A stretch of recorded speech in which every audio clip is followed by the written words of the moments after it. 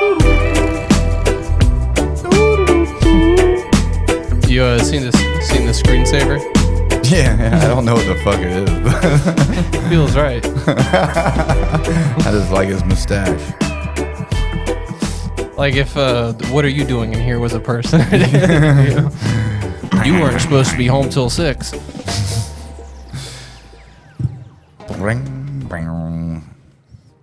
So, I barely showed you this. Me and you talked something about this yesterday. Not really like to the... I'd never showed you this, but we did have a discussion about it yesterday. There is people that, because of the assassination attempt, there are people that obviously that despise Trump, that really hate the fact that they missed. Are we going to just pretend that this mullet doesn't exist? No, we'll definitely Or the neck beard and triple chin. Yeah, we can harp on this dude. I don't even know his politics, but he looks funny. Yeah, so Looks like he's never used a miter sol. You can tell he drinks Bush beer in a can. He looks like a craft beer kind of guy to me. so It's like I think bark. we could have some kind of decent debate on this. I can have a 2-hour-long debate on just his. just picture. as We could spend an hour without ever scrolling right here. Yeah. Well, he made a comment, shame they missed, to some kind of post, and people had an issue with it. They hate the fact that he said this, and it's just like, do you condone this horrendous behavior? We're very good at boycotting companies. They don't do the right thing. It's like... You're paying for Twitter Blue. You're not that important. Yeah, and it's like, I guess Steve Smith will soon be unemployed. Don't be a Steve Smith. Like, I spent tens of thousands of dollars. That's a drop in the bucket. so as much as talking I about? don't like that comment, shame they missed it. He can say it, Yeah. and it's like, yeah, they can bitch about it. But you guys are trying to destroy this man's livelihood. Let's Because not he pretend like not one person didn't laugh at Joe Biden falling down some stairs. Yeah, no, it was funny as fuck. Everyone says one for the stairs. Yeah, I mean, Granted, two different things. Me but- personally, I would never just be like, damn, man, we really wish those stairs took them out. Yeah. You know? Well, actually, I can't. I have to correct that because actually, I don't think they're different things. I think if you're going to recognize the idea of being able to talk about anything, it has to be the lowest extent to the most extreme. I see your point. Then. So to me, everything has to have the same balance when it comes to Keep it your as right black and and freedom. white as possible. I agree. Certain Yeah. things deserve the black and white treatment, such Yeah. as segregation.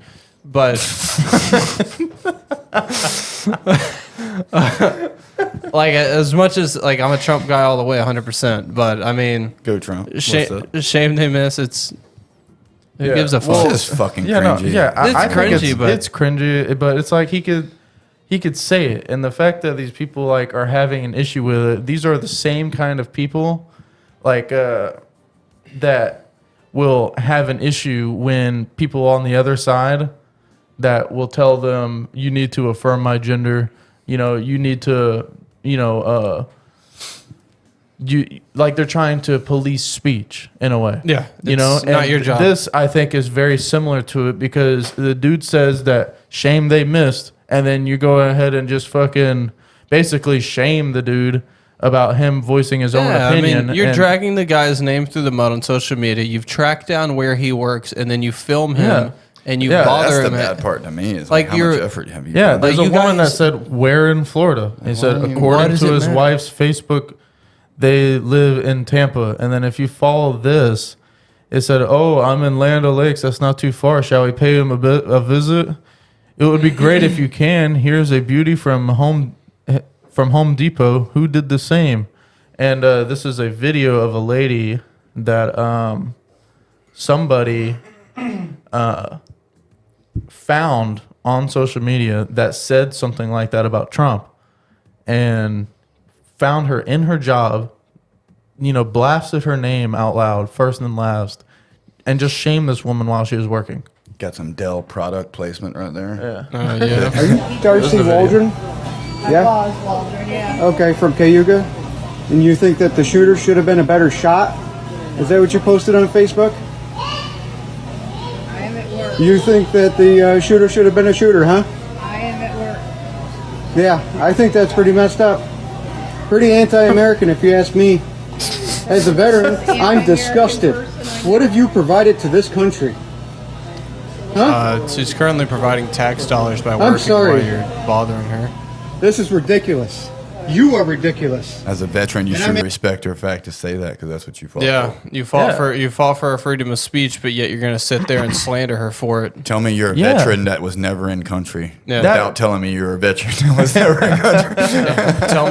Tell me you're a veteran whose only time he's been on a country is for a duty station without telling me. That's that's literally my only beef. You know, it's like as much as I hate when people. Yeah, they're idiots, man. But It's like allowed to be. looking back on it, when I would think about the things that I've said about Joe Biden, they weren't too great. You know, the conversations me and you would have about Joe Biden, dude's a fucking idiot. I think we're better off with corn pop.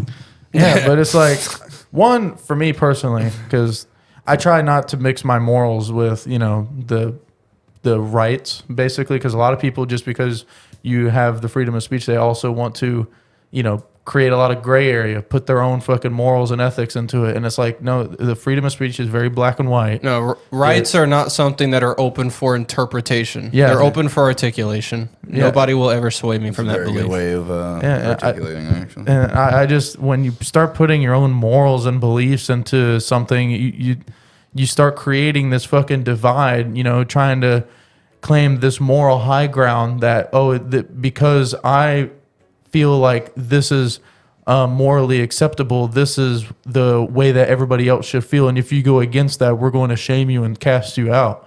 And it's like, no, that's not what the fuck it says in the First Amendment.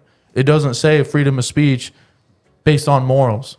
Yeah. It doesn't say that. Yeah. There's no unless, comma. Yeah, and it's just like they want to sit there and just shame this woman that's just fucking doing her job because of her own political beliefs. And it's like, dude, go fuck yourself, man. Yeah, You're I will doing the say- very same thing that these people do when they're trying to have you affirm their identity. But They now, need for to- argument's they sake, need to show up to him while he's at the VA clinic and just be like, "Are you the person that went and started harassing somebody for what they said on Facebook?" Yeah. As a private Yeah, citizen, I'm offended. Yeah, and you see how that, like, just that analogy, you can twist it back on them. Yeah, You know what I it's- mean? It's like, I'm just tired of people taking, like, don't get me wrong, I respect people in the military. Well, at least the ones who fight, stuff like that. I respect all of them. man. Yeah, I mean, to a certain degree, but it's a voluntary service.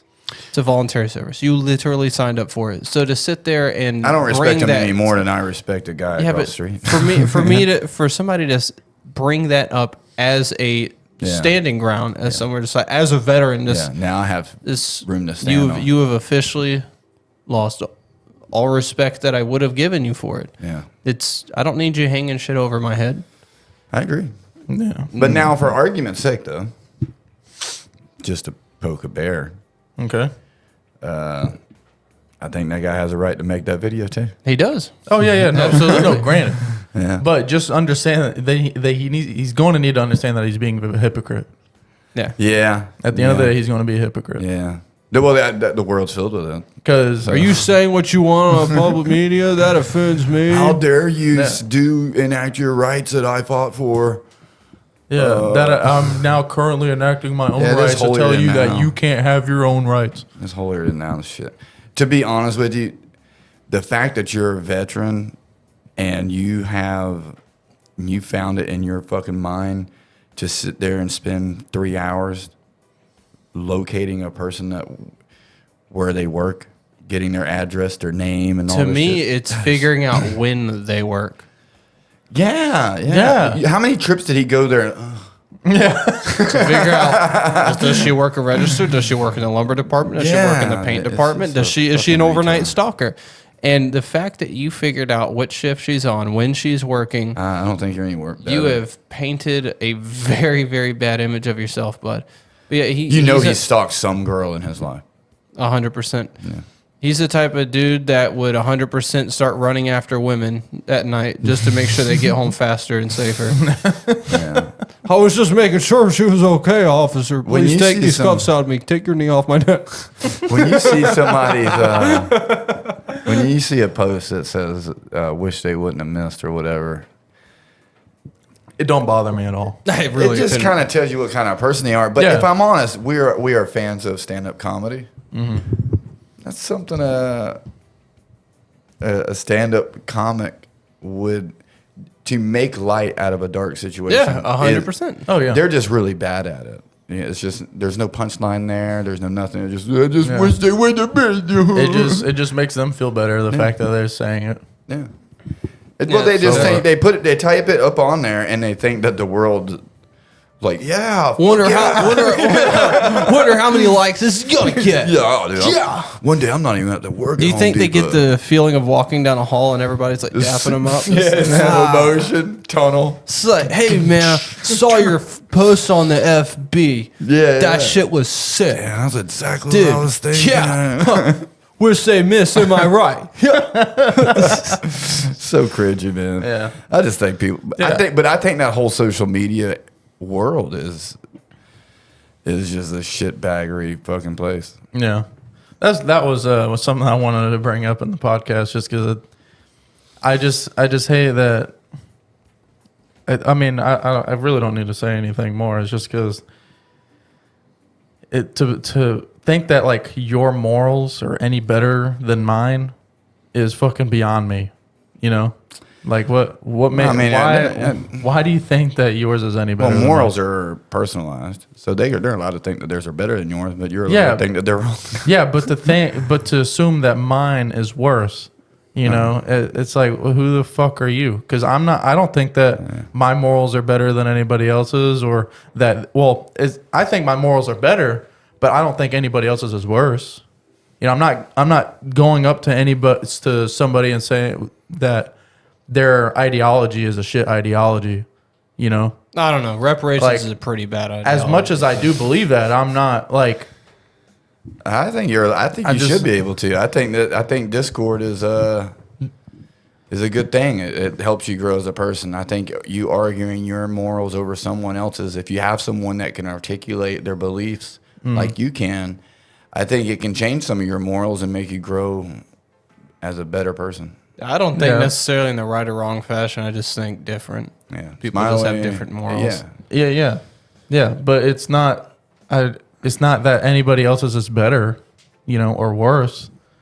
I mean, That's you like probably you can measure discuss some about it, way. and if you can articulate, you know, the reason why you believe yours over somebody else's, you might be able to get them to, you know, believe in your morals. Yeah, it's You know, but difficult to just talk to- about though, because some people they lack the ability to talk to you just to talk to you. It's, to me, when I talk about morals with people, to me, I'm just talking about them just to discuss them, just to try to touch bases, see if I can learn something. But some people wish to change yours. They'll sit there and attack your morals. They'll be like, yeah, why would you even think that? That's just ridiculous. It's just, Yeah. I'm not here to just nitpick and both of us be like, let's trade Pokemon cards. This is, but some people just use it to attack your ideologies, or they'll use it to just try to change your minds, which is Yeah. why I don't really talk to people about that stuff. Just morals and stuff? yeah, it's that and some Yeah. politics beliefs, like personal beliefs. A lot of people will just try to nitpick them and then tell you why you're wrong to have certain things, rather than just talk about differences in general. Most Yeah. people just can't have their beliefs and just keep it that way. Yeah. It's always got to be a debate, not a discussion. What's the difference? To me, I don't really know how to. I well, wouldn't say and debate. dis- I don't think debate is the yeah, right no, word. Debate's not the right word. Debate and discussion, I would coincide with each other. Yeah. You mean like an but- argument. Well, an argument that's you know that saying that I said a while ago, where I think it was Thomas Jefferson that said it, is that people who resort to ridicule, they result to ridicule when reason is against them.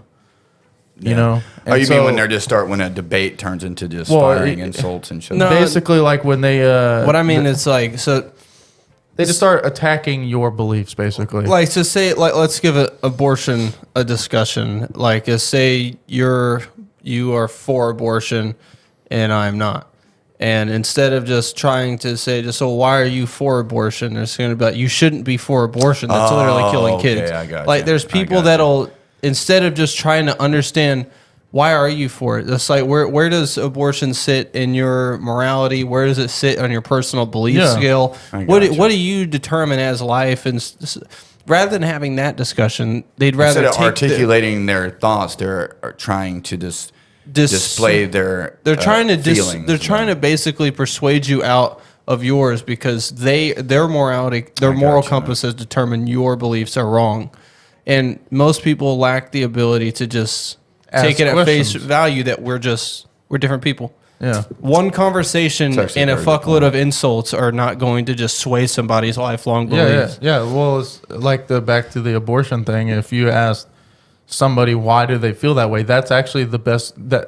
When people have a debate about abortion, nobody's asking why they believe that.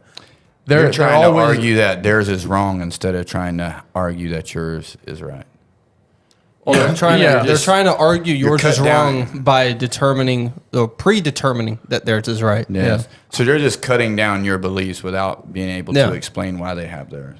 Yeah, and some people are so emotionally biased towards their opinion, they struggle to even get these thoughts out because they've never really thought about why they believe in it. Some people get so defensive about it so quick. And honestly, I think people have made it that way because you see, like, as much as I love, I always forget the guy's name, Crowder, Steven Crowder, that goes to the schools and stuff like that. Change my mind guy. It's just people like that have made it so one-sided argument where it's like, don't get me wrong, I find him entertaining as shit, but he dominates over in conversations a lot. I mean, he doesn't really give many people too many chances to speak.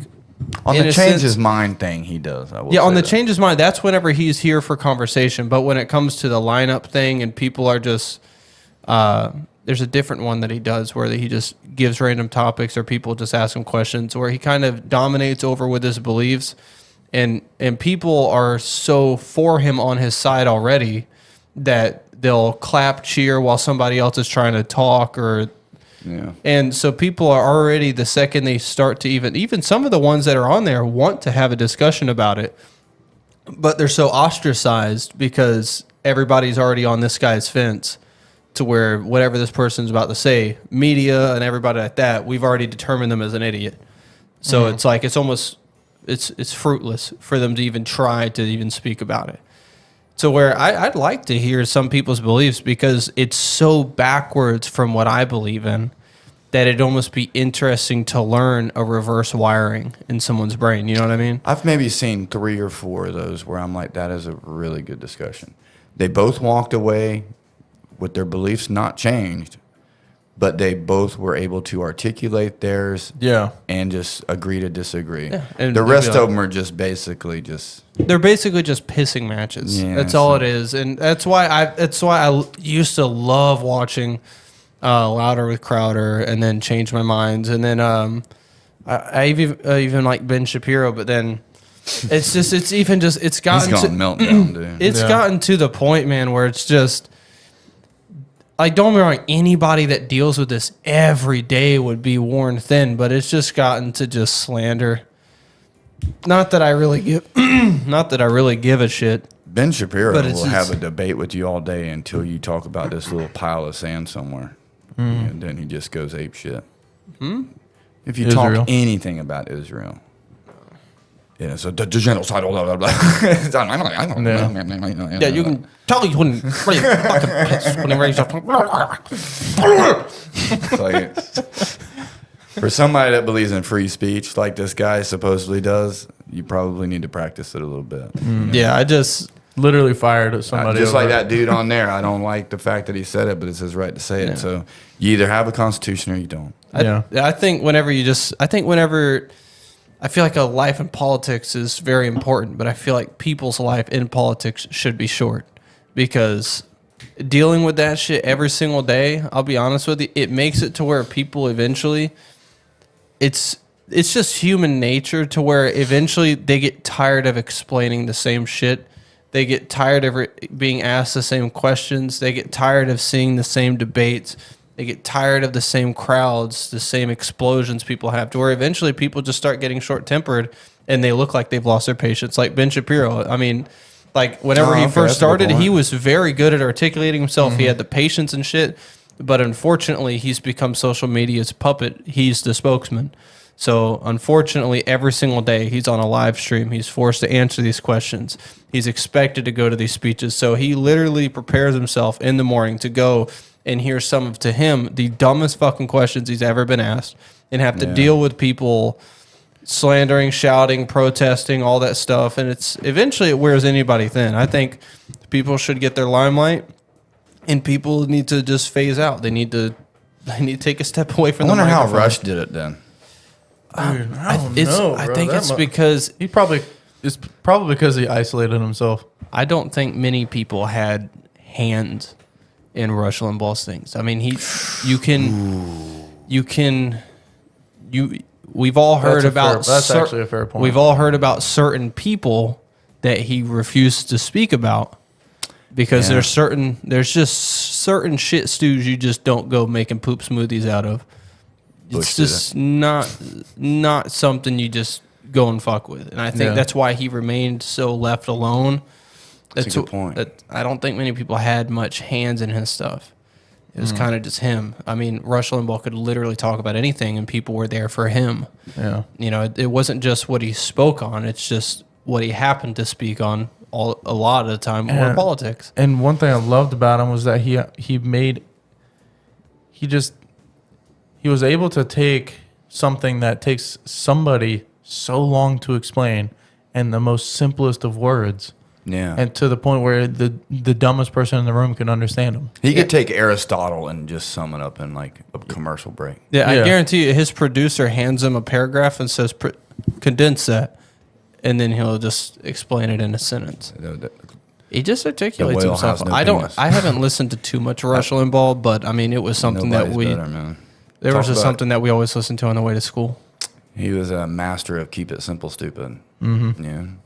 The epitome. Yeah. He knew how to contradict people's sentences and beliefs, and articulate them in a way without agitating people. Yeah, just use logic like a I guarantee you, motherfucker. if he spoke on modern day politics that are happening now, I guarantee you there'd be a lot less contradiction and confliction between these two parties. He's a goat, man. He's got a way of words. What's that is for Harvey sure. guy? Steve Harvey, No, Harvey Oswald, Lee Harvey Oswald. no, that one guy that was on the radio for a long time. The guy who did the devil speech, you know? Oh, Paul Harvey. Paul Harvey. Yeah. Like I was naming off all the evil ones. I think Rush, honestly, maybe it's just because Paul Harvey's like before my time, but He died, I think, he didn't die not too long ago, actually. 2019. Shit, he lasted longer than Rush. He was on the radio apparently for, I don't know. I've just listened to the old. Oh, wait, no, Devil he speech. died before Rush. So I think it was maybe it was 2009.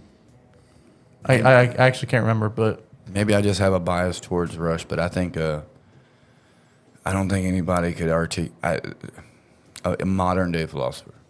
yeah. Yeah, very interesting. Mm-hmm. If you would have put a robe on him and sandals and made him walk around in the desert, Yeah. What was his name again? Paul Harvey? yeah. Yeah, He's the guy who did that famous "If I Was a Devil." Yeah. Yeah, he looks a little evil, but The dude's fucking brilliant. he died man. 2009. I didn't 2009, know. I didn't know okay. Limbaugh died in 21. I thought he died a little bit sooner than that.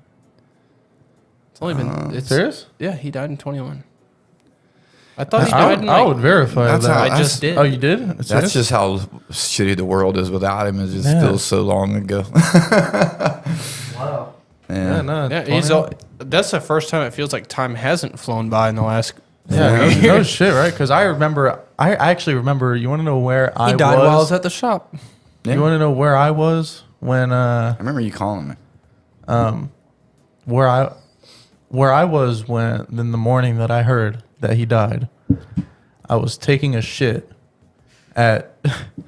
That's how I figure out a lot of people die. Actually, I was taking But a shit at 6 o'clock in the morning at the psych hospital I worked at before I went into work. Yeah, it was a bad day, man. I remember looking at my phone. Well, it's because I didn't know the guy. I was listening because what I didn't know the guy, so I'm not. well, because like what I would do, I would always listen to the day before, so that every day when because when I worked early in the mornings, because he didn't get on until 12 to 3, and I would be out by that time, and so I like to listen to him on my way to work because it was like a 45-minute drive, an hour drive to work. And so I would just listen. I just made it to a point where the day before is what I listened to that morning. And so it would, like, I could listen to the whole show, like half of the show on my way there and then the other half on the way back home. And I was listening to that, his previous day. As I'm listening to it while taking a shit, I see that he died on social media. People were posting about it. And then that was the day that I watched my last episode of Rush with his wife that came onto the radio to announce that he passed away. Yeah. And dude, I haven't felt like so distraught about it, about somebody dying, until Marco Simicelli died. Yeah. Like I felt the same way about Marco Simicelli as I did when Rush died. And it's like I don't give a shit when people die. But every now Rush, and then you get those characters that come around, though. Yeah. yeah, like there's now 3 people that are Madal. Like, George Washington, George Washington. Marco. Well, I guess 4. George Washington. Adolf. Hey, dog. That's my dog. That's Madal. Hey, man. Yeah, George Washington, Marco He back Simicelli, there cooling up in Argentina right Rush now. Limbaugh, and Donald Trump. And Donald Trump. Them's is my dogs. I ain't really know anybody like that, so I don't really fuss with you. The thing that was Where my money? The thing I liked about Rush mainly was his way to articulate something very complicated very easily. Yeah. And so when I first started listening to Rush, I would listen to the news all day long, which is don't ever do that. Well, actually, you can. Because you can listen there's to Rush all roughly day long. 4 to 5 shows a day, different shows. And say like the Trump assassination the other day. If you turn into a news station at 8 o'clock in the morning and leave it on till 5 o'clock in the afternoon, the only thing you will hear about is that fucking assassination. That is it. And with Rush, whenever he would come on,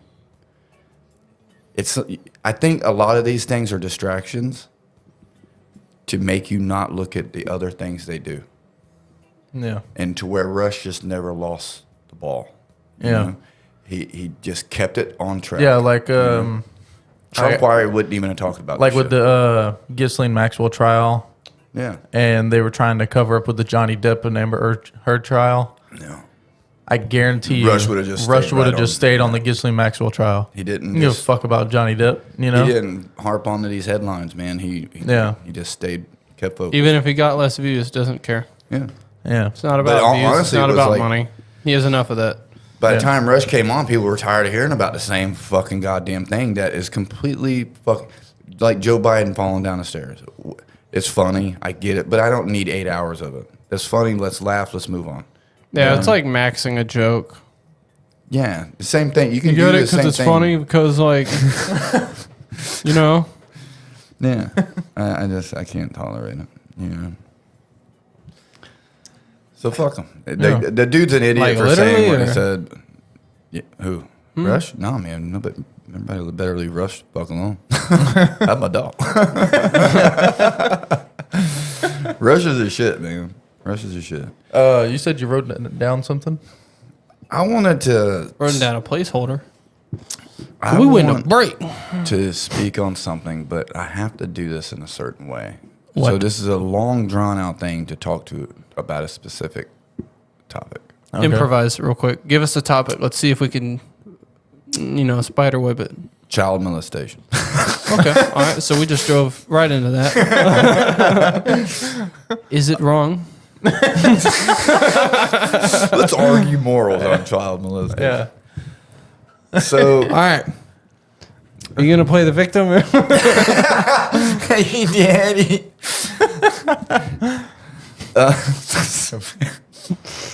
All right, so you guys know this. The world may not, but Wait, I'm sorry. Hold on. it's cool. Man. Do I'll you just remember say it the? for a Do while. you remember the? Have you seen the blooper with Will Ferrell? Let the boy watch. He needs to learn, No, but it sounds like funny. I learned from my father.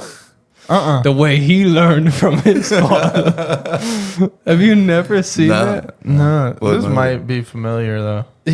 I think you need to pull it up because it's mildly. Is it on funny. YouTube? Yeah. Let them come out and play today. Well, well, well.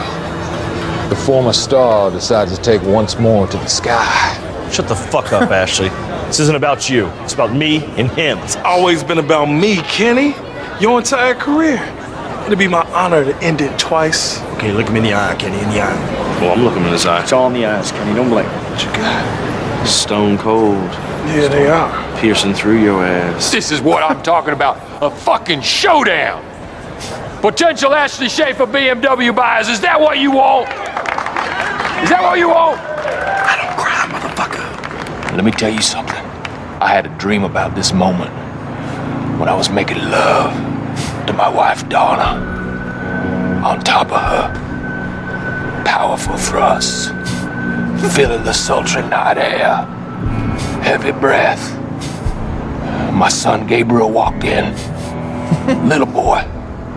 My wife sprung out of bed and said, "No, Gabriel, leave." I said, "No, honey. Shut your mouth, let him watch. Let him watch what is being consecrated here, and I want the people to watch what's gonna be consecrated here. And I will bring my son down here, and he will watch.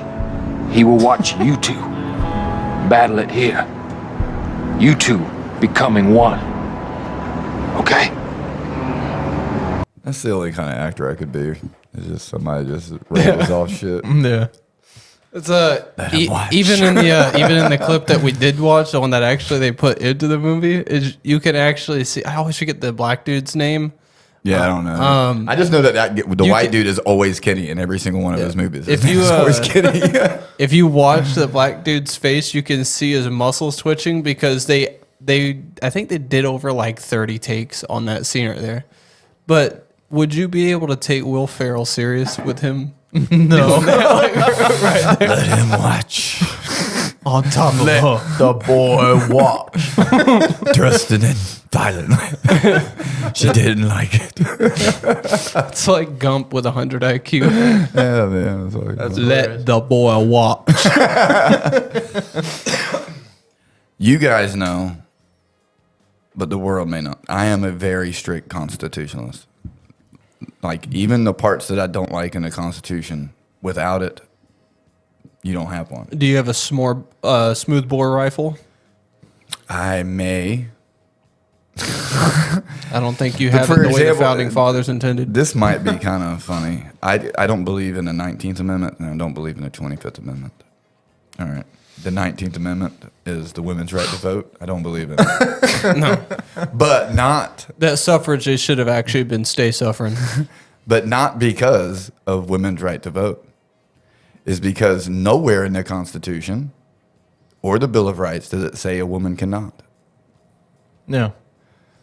So why are we writing it so that this specific group of people can? It doesn't say that men can either. It's right. It's We have to voluntarily elect ourselves for the draft in order to vote. We actually don't possess the right to vote. We have to sign away our specific rights in order to vote. So it's not against women voting. It's just that why is that even in there? It shouldn't even be there. It's obvious. You think it's like a Me Too thing? It's This is what they were doing back in the day. They were just like, ooh, Me it's, Too. dude. All these things You don't come give in us cycles. recognition. All of these things come in cycles. If you look at every single, whether it be civil rights movement, feminist movement, look back 60 years. When you go there, look back 60 years before that. So when You are we go there, killing look- 40% of Europe again? I'm hoping soon. And then the 25th Amendment, removing a president. I don't. It's like everybody tried to do the 25th Amendment on Trump, and now you got this guy. Nobody's saying anything about the 25th Amendment. But that being said, I don't think it was a secret that this guy's bonkers. Mm-hmm. He's been bonkers for a long time. Yeah. So I just feel that it is the people's responsibility to know who they're voting for. And if that's who you vote for, that's who you get. So I don't think that Congress has the right to go and judge who is mentally competent.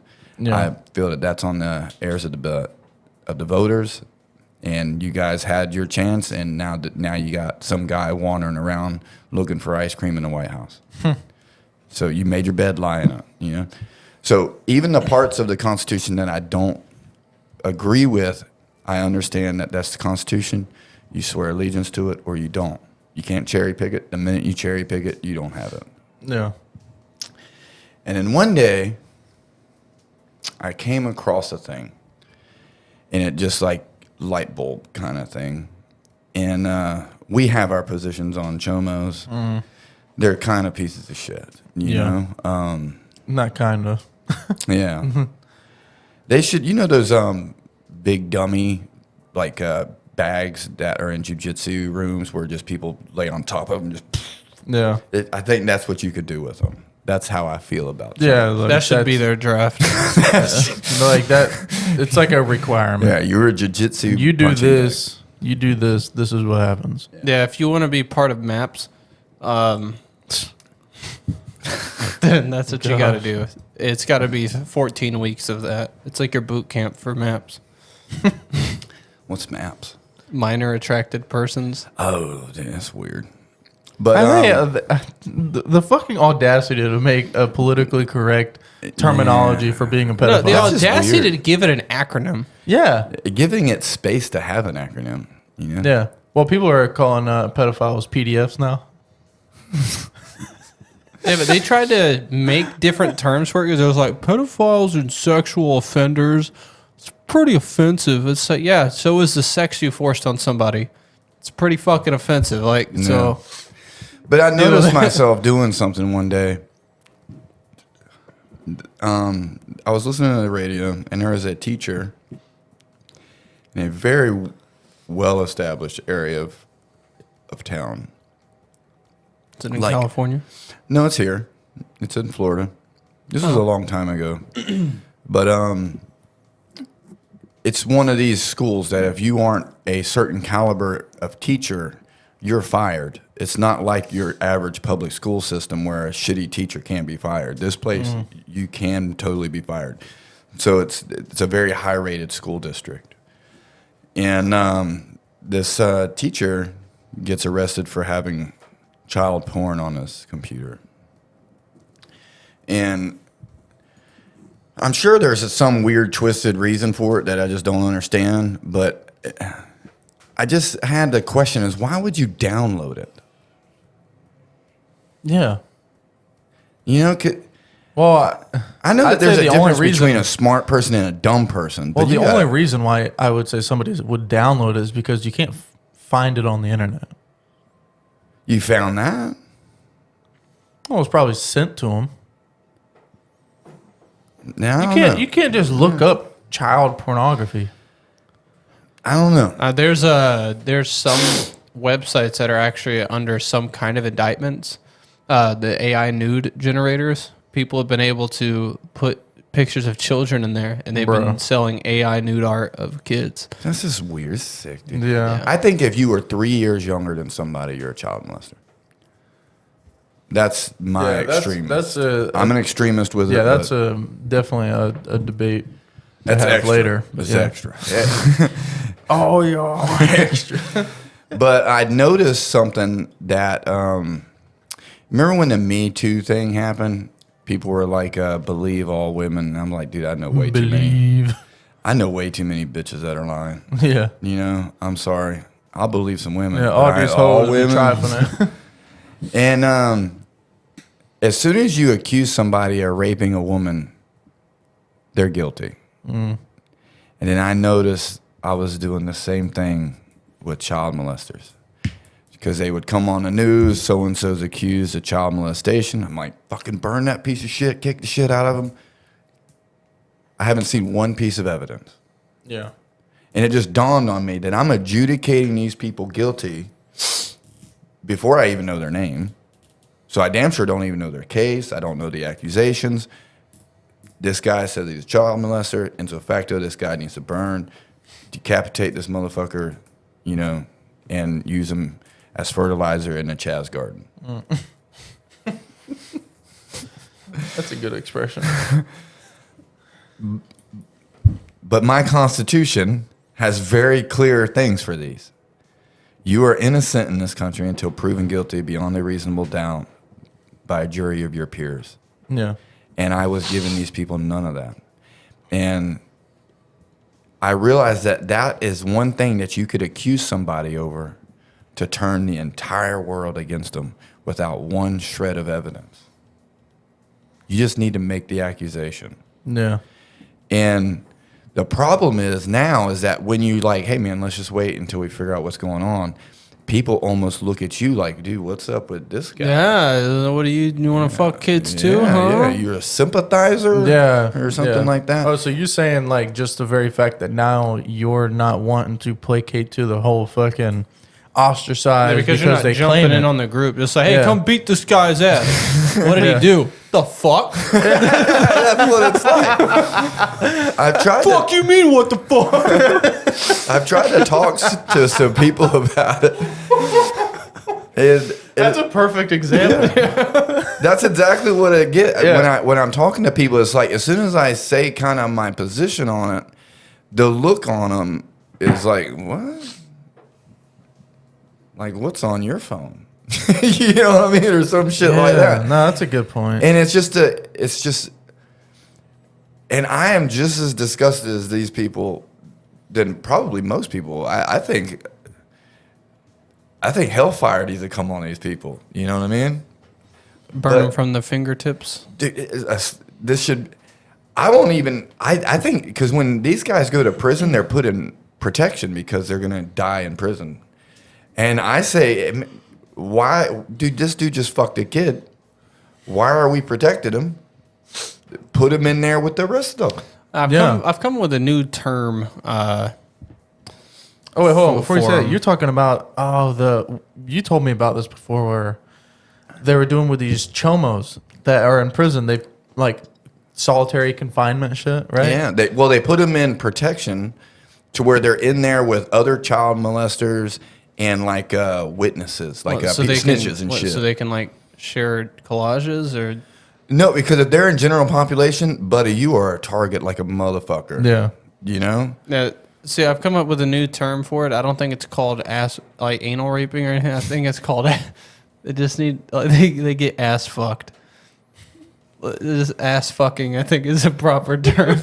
That's fucking. It's so derogatory. Yeah, because like anal rape, it's like you're just kind of doing it, you know. Like, Yeah. but ass fucking is like This is consensual. that's two hands on their hips. Like This is like you made me do this. Yeah. that's like one hand mid hip and one hand back of neck. Like Yeah. that's Yeah. ass fucking, and I think that's what they get. I just, almost in the fucking crouching tiger stance. Yeah, like he's I on don't the want visuals. like bro. he's on the prowl. Some things you can't like not see. You know? Yeah, you got the victim holding the bedpost. All right, that's enough. It's getting too deep. These pictures are starting to go in color. Huh? That's what he said too.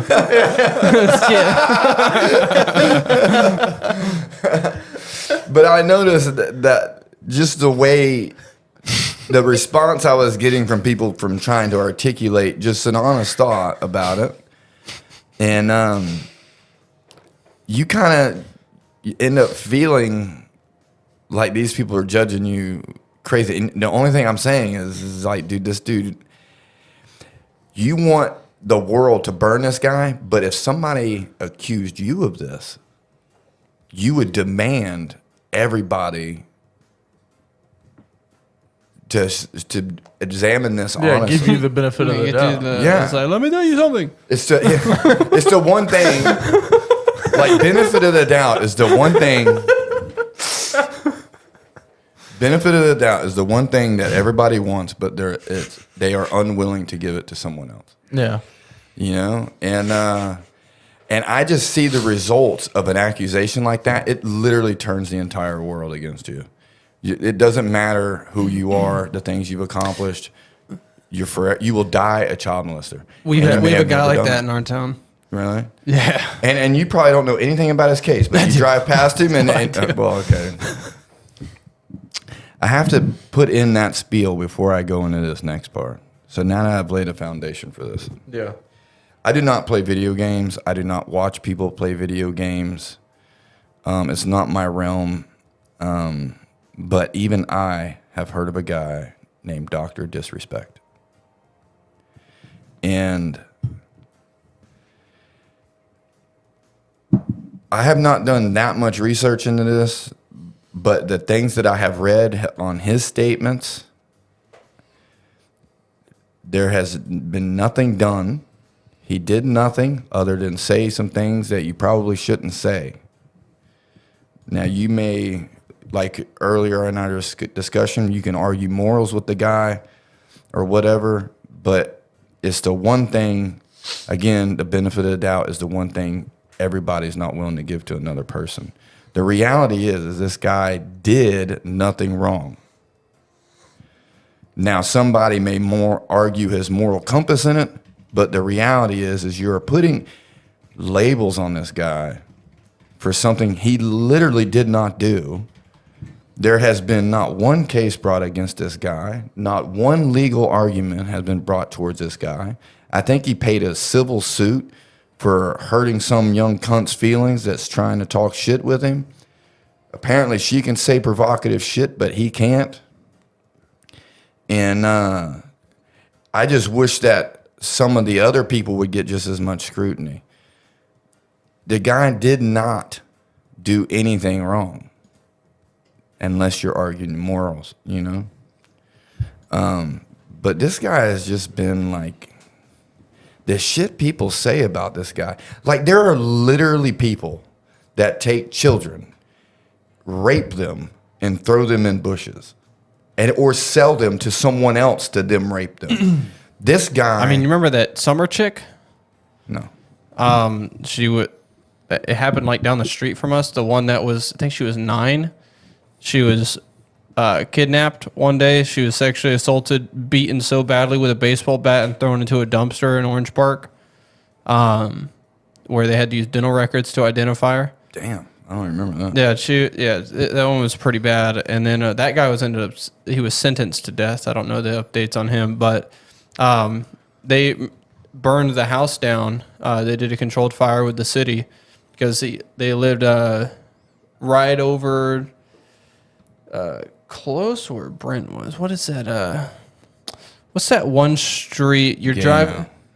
You're driving like past the post office, like towards 17, and there's that one light that always gets everybody. Orange? Yeah, Orange. That one. She used to live over there. Yeah. Yeah, they did a controlled city. They call it the Garden of Summer. Barry Avenue. Barry. DeBerry. That's what it is. DeBerry. Yeah, it's basically called the Garden of Summer now. Yeah. I did find the meaning though. Okay. A name of an action described as such when a girl who is so hot that when she unzips your pants to give you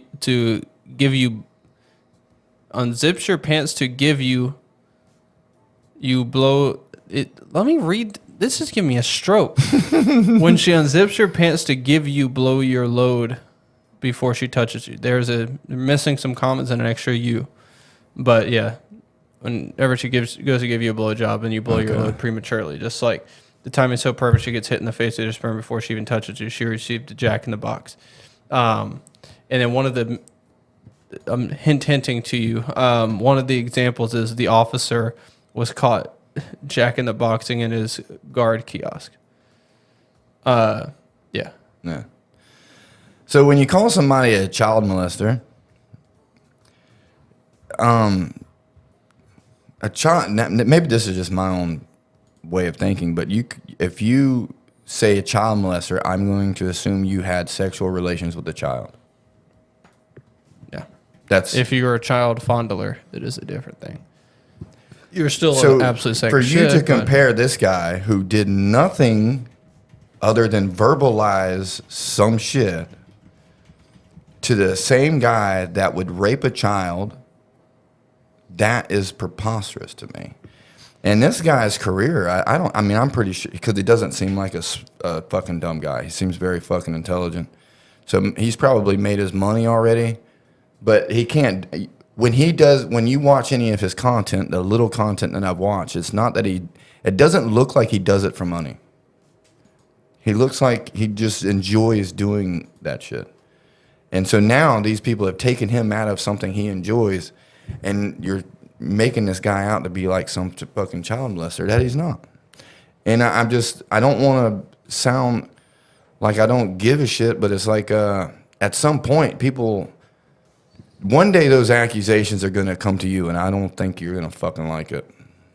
And I guarantee you're going to be begging for the one thing you didn't give this dude, and that's benefit of the doubt. Yeah, most people don't think it's going to ever happen to them, but the person that's having it happen to them also thought the same thing. Yeah. And they probably did the same thing the other people are doing. And I'm sorry, man. I've seen enough bitches lie through their fucking teeth, dude. And so it's just in my realm, man. So I don't believe anything people say to me. You need to prove what you're saying. You aren't just going to sit there and say, hey, this guy sucks because he did this to so-and-so. Well, show me the proof. You know? Yeah. You aren't going to sit here and make me dislike somebody because you don't fucking like him. Tell me why you don't like him, then I'll decide that shit. So to further kind of stamp on the point that you've been trying to make is to always give the dude the benefit of the doubt, because he is innocent until proven guilty. In this country. Right. This whole point you were talking, I was trying to find the fucking messages, and No, those are sealed. They're actually sealed. I mean, they might be part of an NDA because Well, they pay the there's lady probably the some girl money. video I might be able to find where, because I think there's this YouTuber that is named Osmongold or whatever the fuck. He did a video on it, and I think he actually showed the messages at the time that were, out. But if we take a look at his X post of Dr. Disrespect, he has this lengthy message about the Twitch ban, and anybody can go look it up. It's still out there. He still has it up. But there was a paragraph that I like to pull it from because I think it actually provides a lot of important context to the whole situation, where he talks about where he even answers the question. It says, were there Twitch whisper messages with an individual minor back in 2017? The answer is yes. Were there real intentions behind these messages? The answer is absolutely not. Obviously, he will denounce that, of course, even if he's lying. These were casual, mutual conversations that sometimes lean too much in the direction of being inappropriate, but nothing more. Nothing illegal happened. No pictures were shared. No crimes were committed. I never even met the individual. I went through a lengthy arbitration regarding a civil dispute with Twitch, and that case was resolved by a settlement. Let me be clear. It was not a criminal case against me, and no criminal charges have ever been brought against him. If there was something that they can get on this dude, it would have been. They would have fucking done it. That minor or whoever he was talking to would have already have had a shit ton of money. He would have been in the jail. From a moral standpoint, I'll take responsibility. The dude's just being a dude here. And nobody knows what the actual verbiage was in any of this shit. Nobody knows jack shit. But the minute somebody says minor, it's, this guy's a fucking chomo, blah, blah, blah, blah, blah. Yeah. And it's he never even met the individual. Whenever it could have been a 17-year-old chick. Yeah. He even said nothing illegal happened. No pictures were shared. You no can tell crimes because were there's committed. no criminal case. I never even met the individual. It almost seems like that Michael Jackson shit, man. All right, so Michael Jackson was supposedly a chomo, right? Yeah. Don't know. Never seen any evidence on it. But yeah, all right, so you don't know if Michael Jackson is a pervert. Nope. would you let your boy go and stay the weekend with him? Well, I don't know him, so no. It seems like people were sending their kids there to get a lawsuit. Yeah. On an Who's the outsider's person that needs to be investigated more? The parents who are willingly sending their kid to a child molester's house and then agreeing to a cash settlement?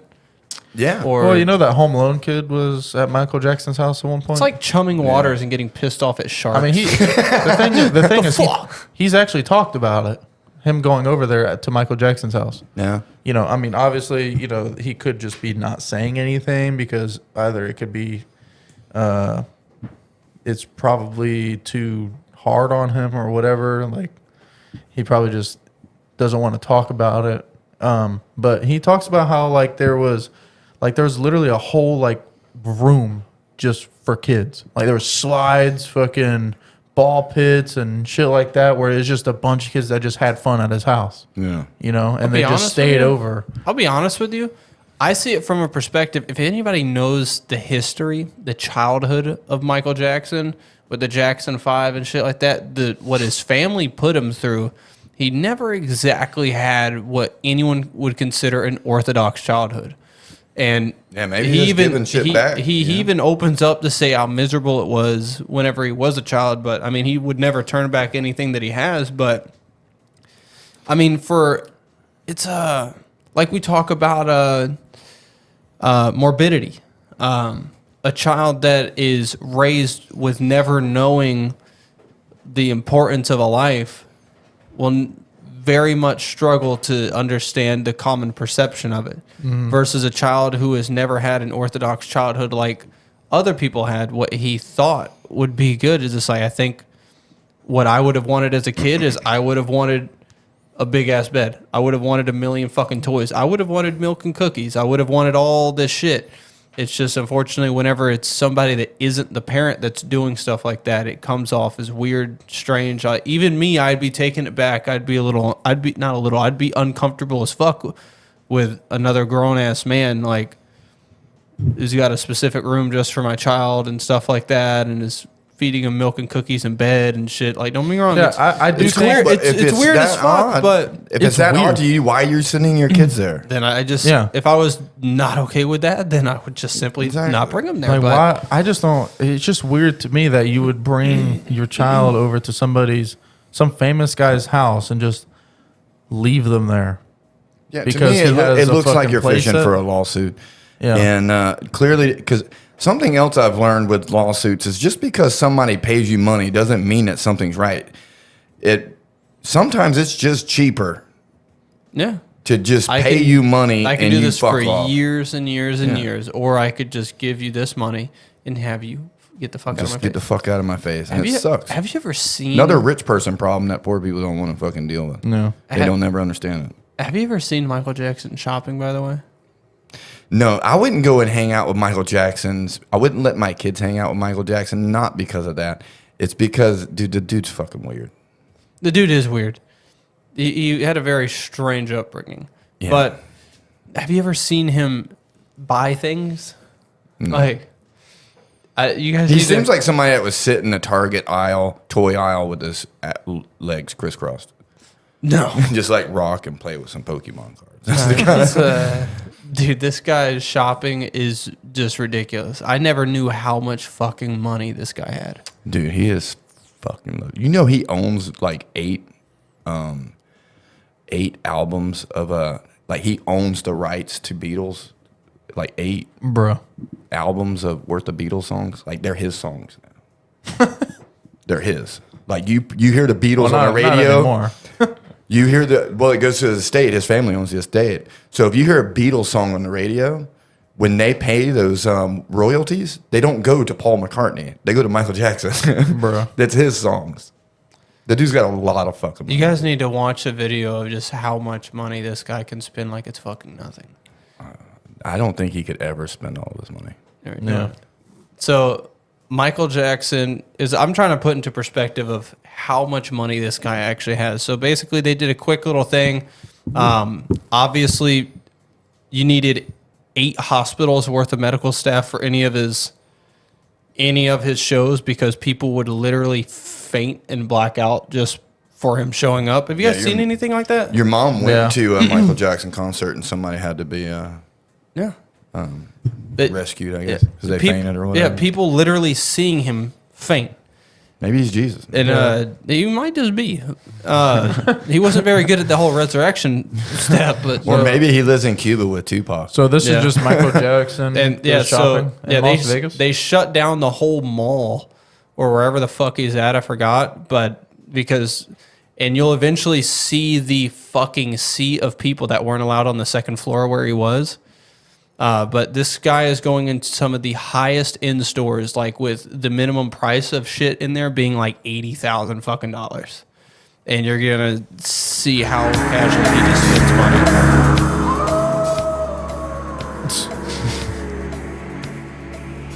I'm probably gonna skip this. Yeah, you can. This one. This one. How about this table? These are all the things he's already bought. This chess set. Isn't it beautiful, this set? Your chess set in your library is... No, this one's bigger. This one's bigger. Wow. Oh, it's sold, look. How about this one, right? Is this yours? Yeah, that's the soul sign mean it's for me. Okay. How much is that one? Bro. Did we ever get this one, these ones? It's only 89,000. Doll. Can you put that on the list? And he bought another Get one. your pen just so you can mark and not forget. I'm getting the list now. Okay. Did we get those?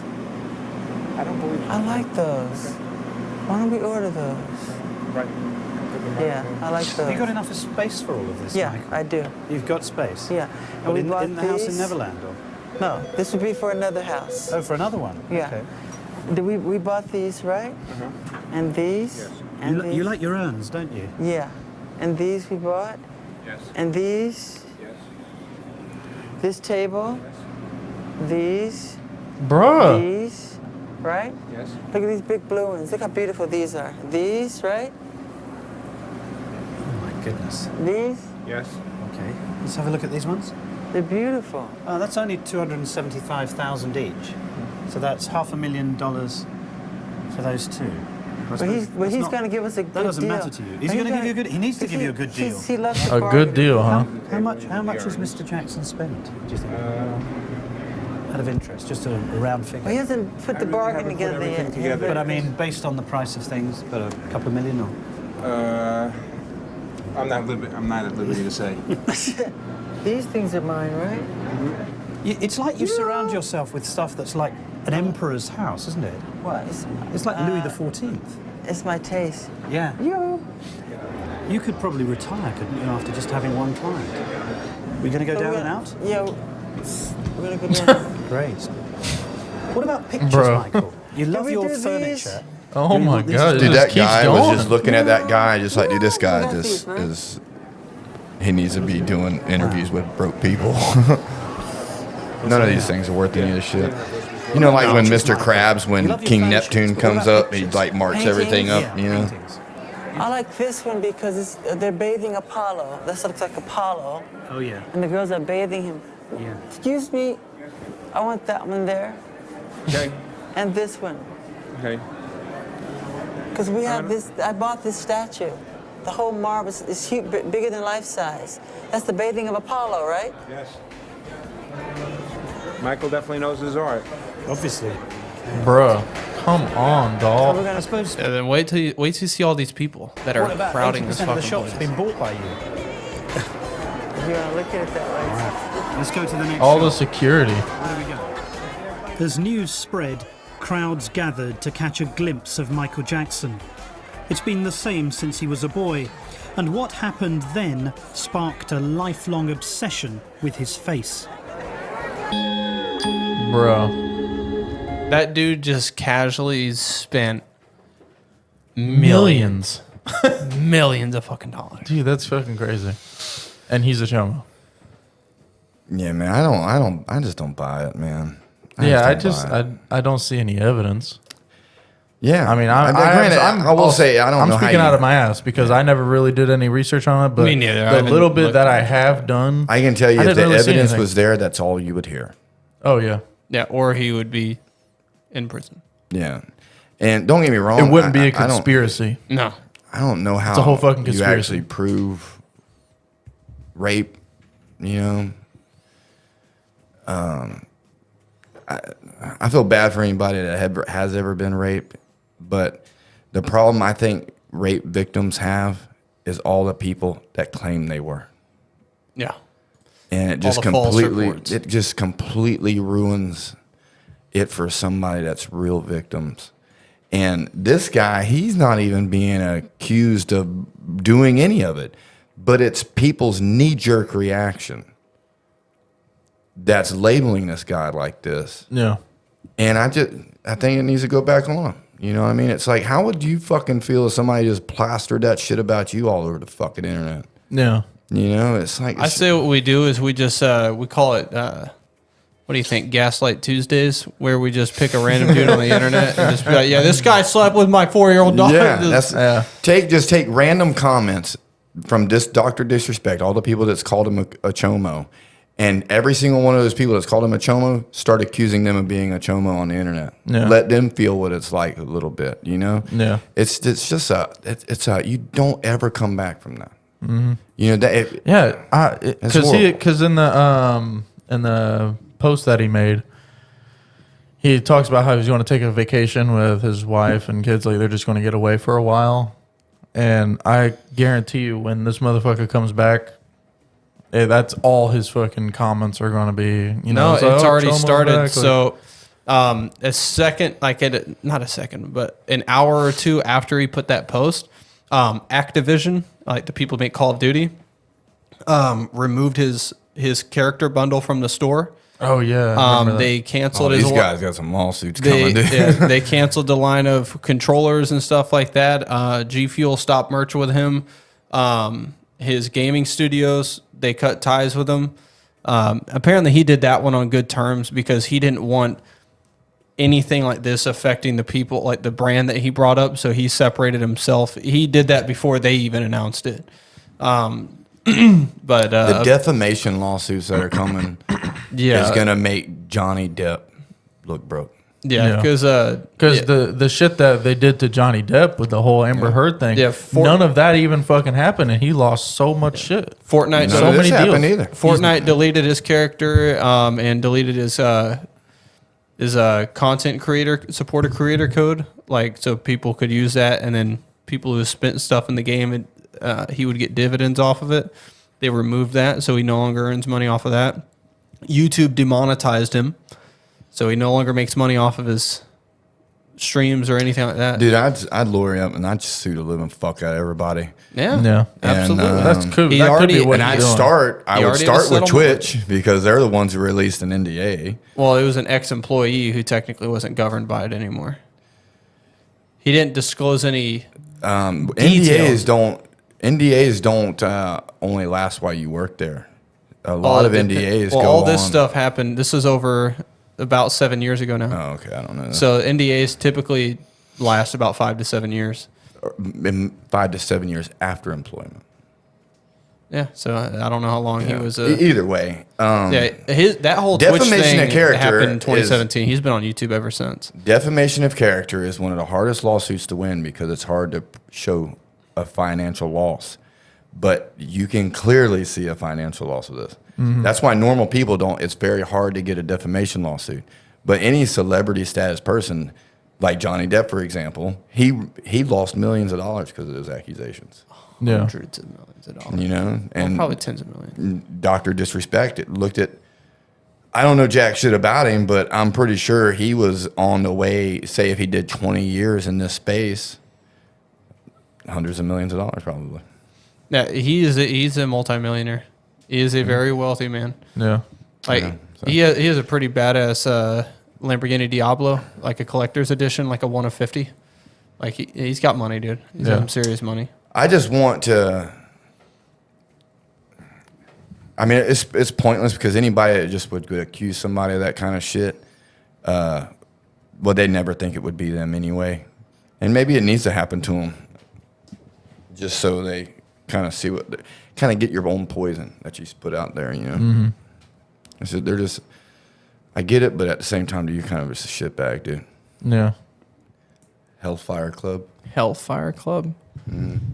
Wait, Sounds Start like start from the beginning. Sounds real like quick? something a neckbeard would be in. Is it a biker club? No. Oh. It's a Hellfire Club. It's it was started by British aristocrats. Oh, so them osh posh bagosh ass motherfuckers. And Yes, quite indeed, yes, sir. Like those kinds. Like, probably, I don't know. yes. Probably. I've dabbled in it. I have not done any actual research in this, but just the dabbling that I've done. All right, so it started in the 1600s by wealthy British aristocrats. The main protagonists are the Dashwoods. It's Dashwoods. Dashwoods. Matter of Yeah, fact, Hunter, you have to say it like a pompous fuck if you're going Google to talk about. Dashwoods Mausoleum. You remember the movie The Labyrinth? Mm-mm. It's an old David Bowie movie. I can't remember anything about this fucking movie, but that's the mausoleum right there. All right. It's just What is a mausoleum? Like, what's the definition of a mausoleum? Mausoleum is where you store your dead. Okay. They forgot So the in dead all- part. There's not go many back. graves there. Go back. It's fucking automatically doing it. Do believe you're I would supposed have to never say known Dashwoods. that's how you spell that. Moss. Go to the right. Right. Or one more. One more. All right. And every single one of these little square things right there is the ashes of a dashwood. Oh, this right here? Yeah. In the center, it used to be one of the dashwood's heart. Used to be. Yes. People raided it and like took it. Oh, damn. Okay. So these guys are very extremely wealthy people. Well, obviously they have a coliseum for ashes. Mausoleum. Some It's a say coliseum. the Illuminati. Yeah, look at that picture. It convinced me. So these people have a humongous piece of property right here. Right down the street is the mansion that was filmed in the movie. Like from that, like opening that archway, if you're facing us, you can see the mansion that the movie The Labyrinth was made in. Huh. Okay. But some say that these are like the original Illuminati people. There's actually pictures of Thomas Jefferson or Benjamin Franklin in there. So they've got this humongous piece of property, and they have actually made caves that you can go and visit today. You can go and just tour all these caves that they made. And these caves go down 300 feet below ground. And there's a big banquet hall in there. And where they would throw their parties for all the other rich people. Some people say it's just rich boys, you know, just fucking off, you know, having their little club, you know. And you go down through these tunnels, and these aren't like tunnels like we would make, dude. These are like 10-foot tall tunnels, archways, like this thing's made. Like cathedral almost. Yeah, dude. And the banquet hall's like the size of my fucking house. And then you keep going down, and there is a thing called the River of Styx. This is 300 feet below the ground. You can probably Google River Styx, Styx. There's a river underground that a bridge fucking goes over. And it looks cool as fuck, dude. All right? And when you get onto the other side at the very end of there, that's like some room. What's it called? At the very end? See the graph? The inner temple? Inner temple, that's what they call it. And this room is about the size of this room. And there's just a table in the center of it. But dude, this shit was made back in the 1600s, man. It's just nothing but wealthy aristocrats. They were swingers, supposedly. Conspiracy theorists would say these were sacrificial lambs, you know? Hold on. And but all of your who is who powerful people have been to these as part of the Hellfire Club. And they say conspiracy theories believe that these are your original Illuminati people. Like, you know how what's that shit they do out in the fucking woods all the presidents go to? It starts with a B. Bohemian Grove. Oh, yeah, Bohemian. Yeah. It's kind of like that. That's where they do the giant Bohemian Grove. Oh, Grove. That's where they do the giant bonfire with the with mask. the eagle and all that. And I learned something about this eagle thing. I've been on this Illuminati thing lately. The eagle is all-seeing. And because they can see in the dark. So they worship owls or some shit like that. Because they can see in the dark. Which, I don't know. I think I can hit an owl with a piece of wood in the dark. I think he would just see it coming. Something about Greek mythology. It's the world separated the mortal world from Hades, so it's like where you pay the boatman and shit. Yeah. And that's what they say that it is. And around there is I think that might be it right there. The first great district. And then, so I was telling Kylie about it, and then she introduced me to something called the Red Shoe Club. Have you ever heard of that? Mm-mm. Apparently, powerful individuals would have red shoes. But in like normal clothes, but these are fucking red shoes. Yeah, that picture I saw looked pretty fucking weird. And apparently, these shoes are made out of their sacrifices. Apparently, some of these people haven't come out of there. There's some girl that supposedly haunts these caves. And just like that, I'll never go in. What, like the Hellfire Cave? Yeah, and but it's you can just go and see it. They even let you take your time in there. There's no time limit or anything. Oh, so you're allowed to actually go in there? Mm-hmm. Yeah. Oh, admission is $10.98. Yeah. Is it £10? And you can go everywhere in there. There's nobody watching what you do. You can literally do whatever you want. Mm-hmm. Oh, I'd like to take a gander at that. Oh, dude, it looks really fucking cool. And you know it's got to look better in person. Yeah. You know? And where was that? And apparently you can hear a heartbeat in there sometimes because they say that the guy's walking around looking for his heart. Bruh. Yeah, it's kind of weird. I just want to see that. I just wouldn't mind seeing it just because of the history behind it. I don't care about the haunted shit. I don't want to see none of that. But yeah. So with there being a whole town, what's up with so there's St. Lawrence Church, and then there's the Dashwood Mausoleum. Like, who are the Dashwoods? The Dashwoods are, I guess, oligarchs or aristocrats from the 1600s. They're like lordships and shit like that. There's another guy I can't remember his name, but it was started by like a group of people. The Dashwoods being the main name in it. But if you look up Hellfire Caves, you can see the founders of it. It's like 7 or 8 people that ponied up the dough to get a bunch of poor people to go and dig a hole for them. But the Dashwoods are here today. You know what I mean? Oh, they're still alive? Yeah, yeah. Just not the original ones. You know what I mean? Pretty sure. You can't obviously. really prove that. But it's like a lineage, and it's like a Rothschild type lineage. You know, maybe not Rothschild, because I think Rothschilds are fucked up people. But. Yeah, I mean they probably stem from these people. Probably, you know. I mean, these people stick together. You know. And I mean, shit. We even know a couple of very wealthy individuals that happen to live down the street from each other, and their lives have nothing to do with each other. Nothing to do with. If anything, they compete against each other. You know how I'm pretty sure you've met dudes in your life that's like constant dick measuring.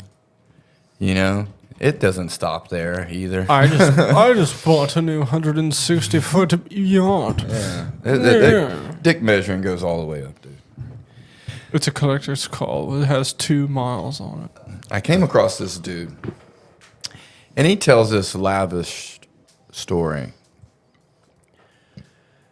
But there's a couple things in his story that I will get to that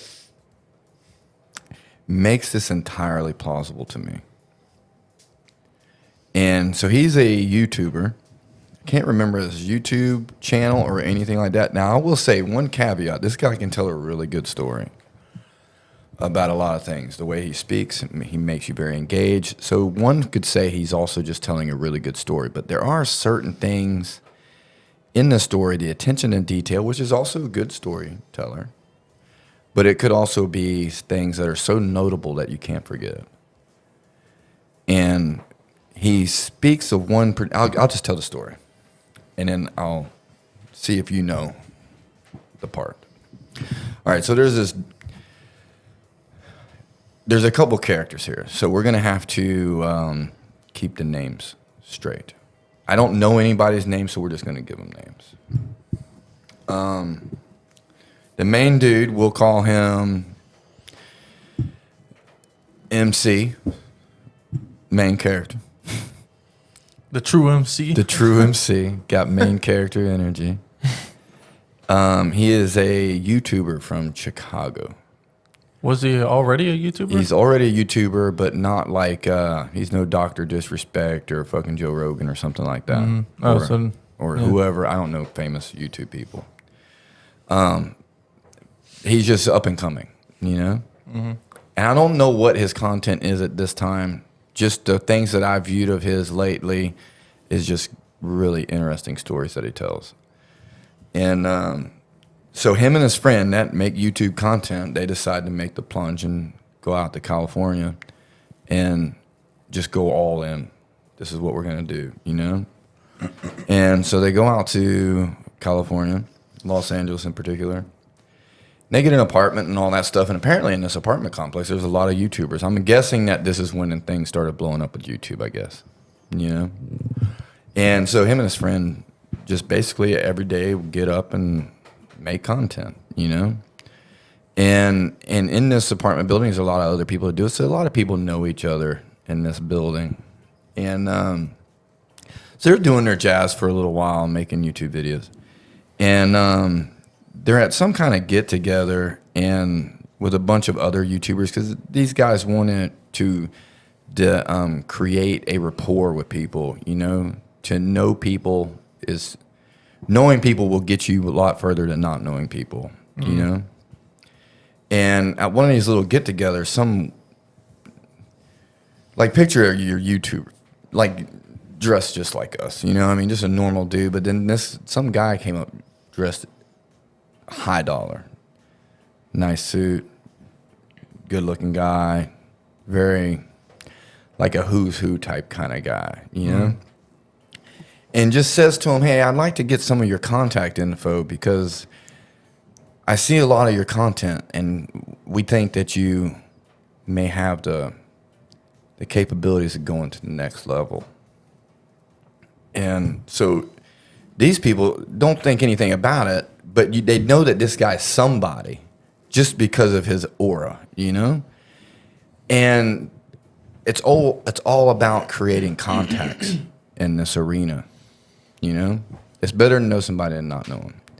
And so they give out their contact info to this dude and then didn't think anything about it, you know? And a few days later, he gets a letter in the mail. A very, very well put together letter.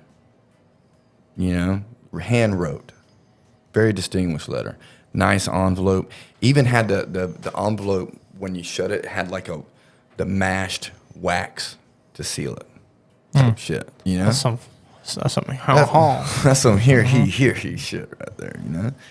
And he's like, well, man, this is kind of interesting. And his buddy that he does all his videos with got one also. And they call. I was like, man, did you get it? He's like, fuck yeah, you know? And it's inviting them to a party of the who's who in the game, you know? So he's like excited, but he doesn't view this as like the next level. It's just one of these things that you open all doors you can. You don't shut doors. You know, if you want to advance, you have to be willing to advance your contacts, you know. And so they get ready to go to this party, and one of his friends that live in the apartment building came up and he's like, man, I got this, we got invited to this party. And his buddy was like, don't go to that fucking party. Do not fucking go to that goddamn party. And he's like, whoa. He said, didn't tell him. Buzzkill. You just didn't get an invite, did you, nerd? Yeah. You just want to be the only one. But you also got 30 subscribers. he's like, it put him off. Like, whoa, man, this.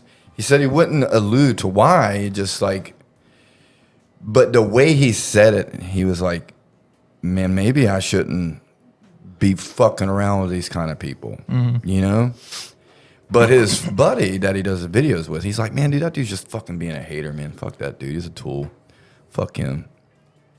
And he didn't want to like let his buddy down because they came out here together and they're a team, you know? And he's like super duper excited. So they're like, all right, well, let's go rent us some suits and shit, you know? And so they get some suits, go have some coffee, and then they head up to this fucking big ass property with a beautiful house, and it's a who's who party, you know, and it's a mask party. You go in, you got to leave your phone, and you have to sign an NDA, which is common, I guess, because you're dealing with people that are famous people, but enjoy privatization of their lives, you know? And I guess that's the way that you're kind of forced to do things whenever you're living in a certain echelon. Yeah. So people's private actions aren't held liable. Yeah. NDAs are common anyways. They're very common. Or as CNN calls them, hush money. But he doesn't think anything about it. And he is apprehensive of this party just because of the way this guy said don't go to this party. I mean, the guy could have just fucking told him, but, you know, whatever builds suspense. Yeah. It's like he's just more conflicted of anything because his buddy's just like hell bent, dude. Like, let's fucking... He's ready to fuck some shit up. Let's go make some contacts. I'm ready to fucking be somebody, you know? And... So MC, he's just like, he just does it. He tries to act like he wants to be here, but he's just, his blinders are off, you know, like he's paying attention, you know? And it's a mask party. Everybody has to wear a mask. You know, they were given masks? Yeah, they were given masks. And I think he said like his was like a horse or some shit like that. Can't remember. There's like goat mask and stupid shit, just like a costume. Animals and shit. Yeah, just picture a bunch of rich people just, you know what I mean? Okay. Like that kind of party, you know, cloaks and shit. Like, wow, what the fuck is that one dude? He's got like the whole fucking hat, and is it Mysterio or some shit? Yeah, just picture like, well, what I picture when I hear this is like that movie Eyes Wide Shut. You know, that old, what you guys probably never heard seen it. It's just picture like they're like gold masks. You know, they just cover like half your face. You know. Yeah, just. Oh, okay.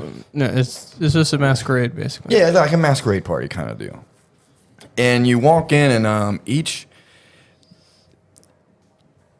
one of these rooms, there's a big clock, and after so much time, this clock dings or whatever, and you go from one room to another room. And so everybody goes together, like everybody is in the same rooms at the same time. And the first room is just like everybody just chit chats, you know? And he says that it's overbearing because the people you are talking to, even though their faces are covered, you've grown up watching them. So you know who they are. Yeah, you know who the fuck they are. You know what I mean? It's just more of like a masquerade. It's just like we're pretending we're not who we are, you know? But that's a little weird. People, you know who this is, but you can't say, oh, fucking Tom Hanks, you're the fucking goat or whatever. You can't say who it is, you know? He was probably literally a goat that night. It's just for this evening, we are not who we are. Which I can respect that, but unfortunately, there's some weird stuff going on. Continue. But it's he's just the whole time he's just clammed up because he's like really what his buddy said. We'll call the guy Buzzkill. We'll call the dude that was told him not to go to a party. His name's Buzzkill. Okay. Story. All right. He can't stop thinking about what Buzzkill says. You know, and that you shouldn't go to the party. Yeah, and so Buzzkill put oil in the water. You know, it's there. You know, and his buddy that wants to go, that thinks he's a hater, we'll call him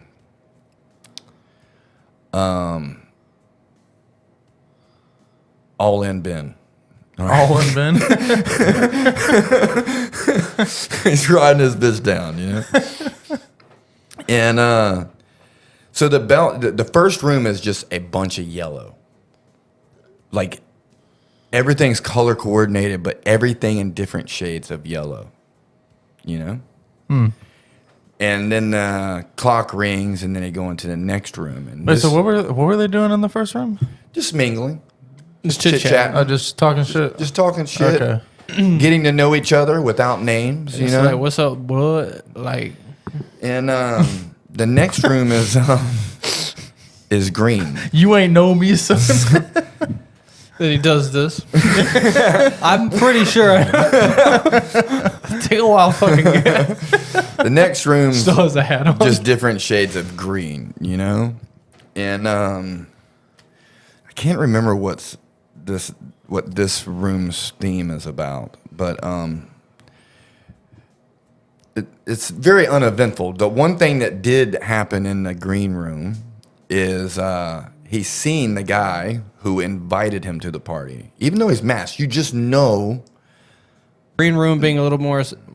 Green room is I don't remember what the room was about, but he did notice the guy who invited him to the party, the well-dressed who's who guy. Mask wasn't doing much work, was it? He said, you know all of these people. It's useless. What were they wearing? Like Incredibles mask? I don't know. Like just No, over it the was eyeballs? like he said he explained it as like elegant. You know, it's like almost like jewelry type disguises. Yeah, just you know? we're gonna Section 8 this. They bedazzled their mask. Picture a crown that covers the eyes, kind of deal. Okay. You know, it's just it's not meant for you to not know who these are. It's for them to escape who they are. You know? Damn, dude, did you go to like gender fluidity school or some shit? It's just you attend trying like 3 community college seminars? I'm trying to do my best to explain this story how I hear it. All right, we'll just continue. But he goes to the guy. He's like, "Man, this is a very beautiful party. What's the purpose of the room switching?" And he says this guy just like acts as though he's never met him. You know, and he said he finally just turned to him and said, "It's easier to take it in small drips than a big flood." And he's like, "What the fuck is that all about?" You know, because MC's like sketched the fuck out because of Buzzkill. You know, and he just walks off. He just walks off. Like he doesn't even fucking know him. Yeah, like just be here, enjoy it, take it in slowly. It's much easier than taking it all in at once. There is also, by the way, a fair chance he literally did not know who the fuck he was. Because he's some small ass fucking YouTuber that he just pretended to like his content and just invited him. Possibly. The next room is a feast room. Thing goes on. Oh wait, no. The next room is a blue room, and it's different shades of blue. Long, plush furniture, couches, you know, and even had curtains and shit. Total fornications going on in this room. These guys are swinging, fucking. His all in Ben just like, whoa, stick my dick in the mashed potatoes. You know? All in Ben is all in, dude. And MC, he's just like, he's only here because of all in Ben. He is officially uncomfortable in this place, you know? And two different highs. Two completely different spectrums, you know? And the clock goes off again, and the next room is a red room. In this room... This is the goat room. This room is... actually, that's probably the last room. Or no, this room is... I can't remember what color this room is, but it's like it's where you feast. But not like there's fucking pork chops on a plate. Like, this is like... waiters and shit with chrome domes and being like... But the amount of food is just endless. Like prime ribs everywhere. And he kept saying spirits. He said this side of the room was spirits, like for alcohol or whatever, you know? But he said the thing that turned him away from this room is not the fact that everyone was eating. It was the way they were eating. Like they would grab a prime rib with their hand and just take a chunk out of it and just throw it on the ground. And everyone's yelling at each other and just fucking just the most vile things that you can say. It must be red then, because I think that's like your inner frustration. Yeah, but the most fucked up things to ever say to a human is going on in this room. Just vile, you know? And there's one other room, I can't remember. There's 6 rooms altogether. So this is room 4 they're in. That was room 4. Room 4, I think, was just the vulgar eating. The fifth. Okay, hold on. I'm missing count now. So we got the yellow room, which is room 1. Yeah. Then it was blue. Green. Green. Blue or green first. I don't know the exact order of the colors of the rooms. Okay, then blue. We'll just do green, then blue. Yeah, and then and then the screaming one. No, it was a food one that you said was supposed to be next. Yeah, the food one. We'll go with the orange on that. Yeah, so and then the next one was the red room. Yeah, so the orange room was where they ate, and it's just, but just the way an animal would eat, you know? Yeah. Just insane. And these are like, keep in mind, these are people, you know who the fuck these people are. You have grown up watching these people, he says. And then the next room is the red room, and that's just where everybody just, you fucking piece of, like the most vile words a human can say to another human, you know? And but no, nothing violent or anything like that. It's just the verbiage, you know. Getting to the fornication room is what already would have fucking weirded me out. Oh, MC is properly fucking weirded out. Yeah, and then it's just like, but all in Ben is all in somewhere. It's like I would have just assumed like, okay, this must be like the climax of the party, literally. Yeah, like Tom Brady's holding your nuts while you're fucking Kim Kardashian. I would have figured like that's it, like. And then the orange room being eat, like we all just go in there and eat after we fuck. You know? Yeah, I wouldn't think there would be anything after that. But then there's a fucking red room. It just gets, like that guy said though, it's better in small drips than a flood. You know, so at each room it seems to be, the intensity seems to be getting amped up. You know, and then comes the last room, the 6th room, and he says that. In this area of the house, when they get to the 6th room, that's when you learn how many new people there are at the party. Because all of the originals or ongoing people, they are lined the hallway, the foyer walls. The people that been there. That have been there. Okay. So it's only the new people that go through. You have to walk through all the new people. Or you have to walk through all the old, the prior members. The prior members. Go with the prior members. The noobs walk in the center. Okay. You know? The new partakers. And at this point, MC is just like, dude, I got to get the fuck out of this place. Yeah, it sounds fucking cult-like to me. He's just trying to give this every bit of the doubt. Yeah, it's like there's it's 30 people that are doing the exact same thing differently in each room. Yeah, like Like they're all yelling. Like they're not at even each other. having to be told. Yeah, like they're all yelling at each other in the red room. They're all fucking in the blue room. Yeah. They're all eating and throwing shit down in the orange room. Like there's no direction, but everybody knew where to go. Everybody knows exactly what to do. You know? It's fucking weird. And so he's at the he's like a couple people from the end of the line. There's 8 or 10 new people. And you walk through the hallway in between all the people that are established here, you know. And he's ready to just get the fuck out of this place, but it's also the anticipation, like not knowing, because you don't even see the 6th room. There's just a doorway at the end of the hall. You know? And from what he's witnessed, he doesn't think it's going to get easier, you know? And it's like he just can't do it, you know? And his friend, All In Ben, is just like, man, you just fucking, Buzzkill is just fucking with you, man. He's just fucking being a hater, man. He just wants you to fucking be a loser like him or whatever, you know? He said, look, I'll go in front of you, and then you'll know what to expect, you know? And so as they're getting closer and closer to the door, the people that are in front of them are going into the room and all that shit.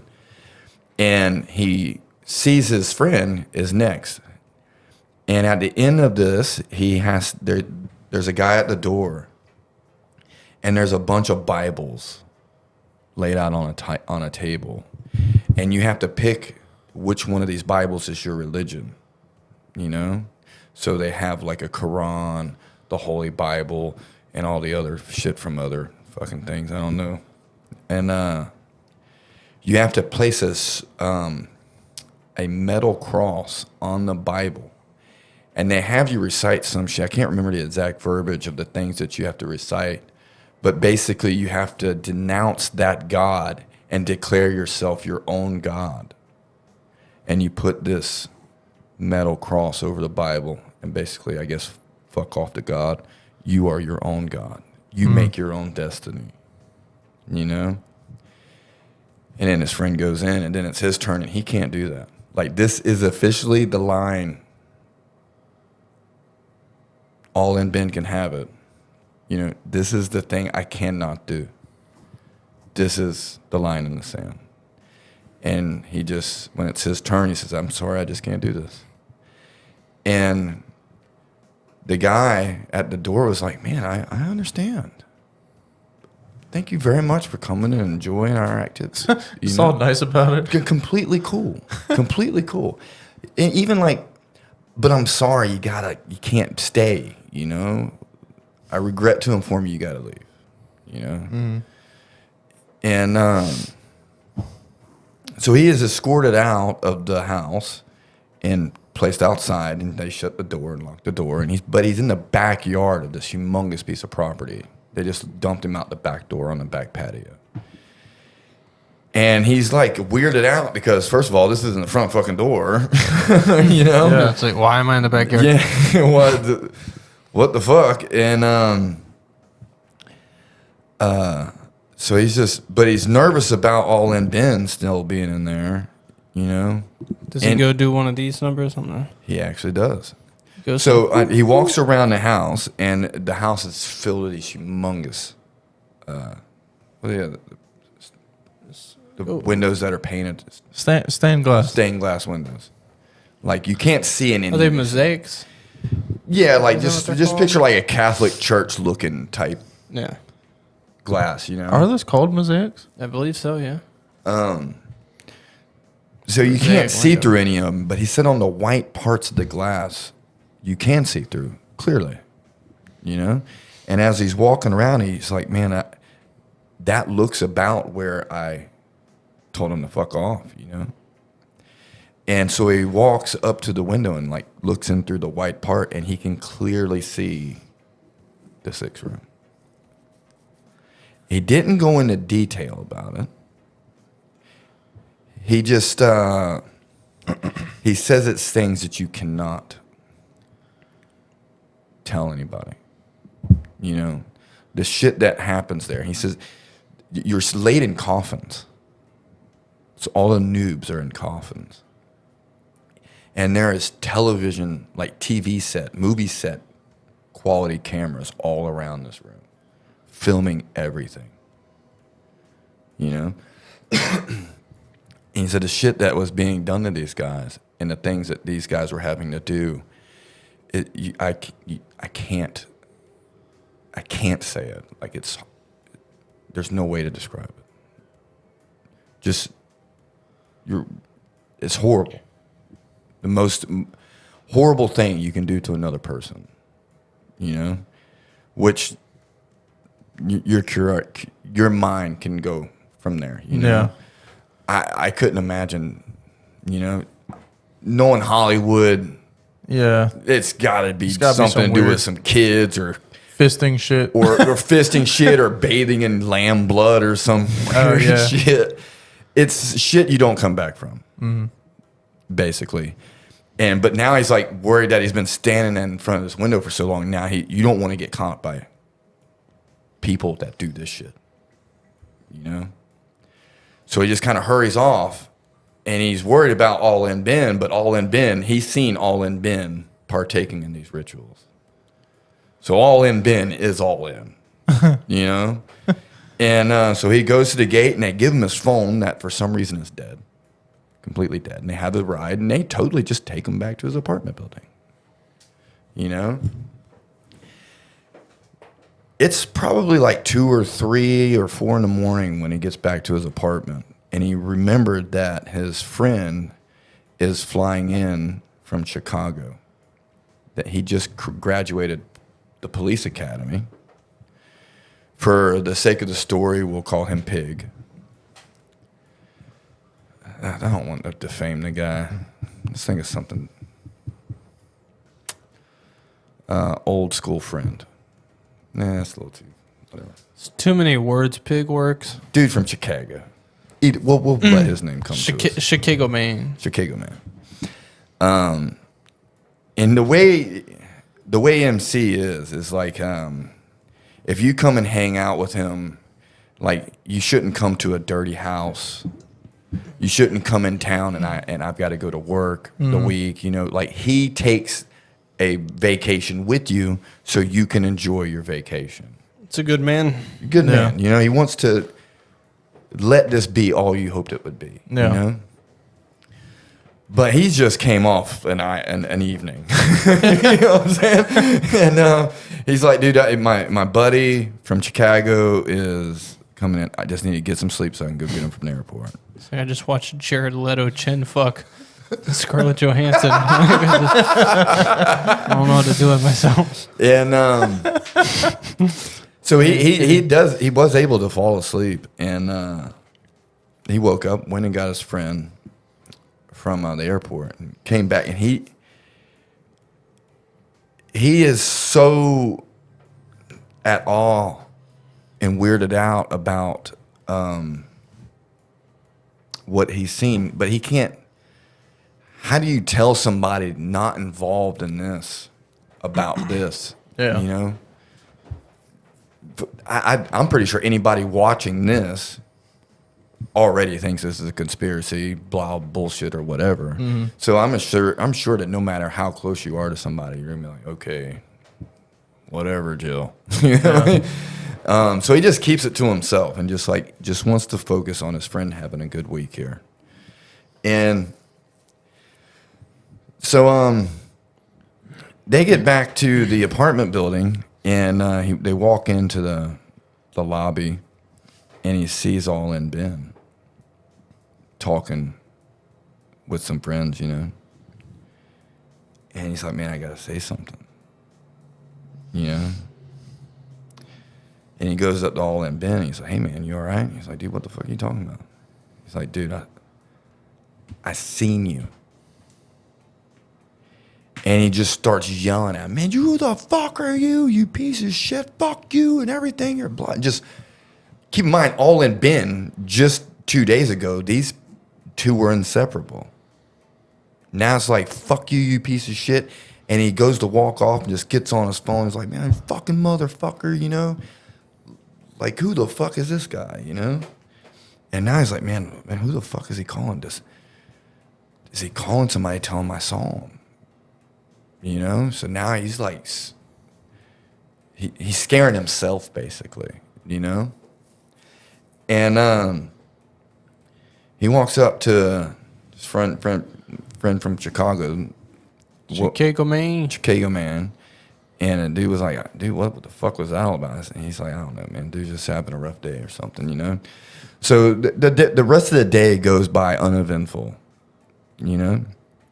And at night, in the afternoon, they're like watching movies and shit like that. And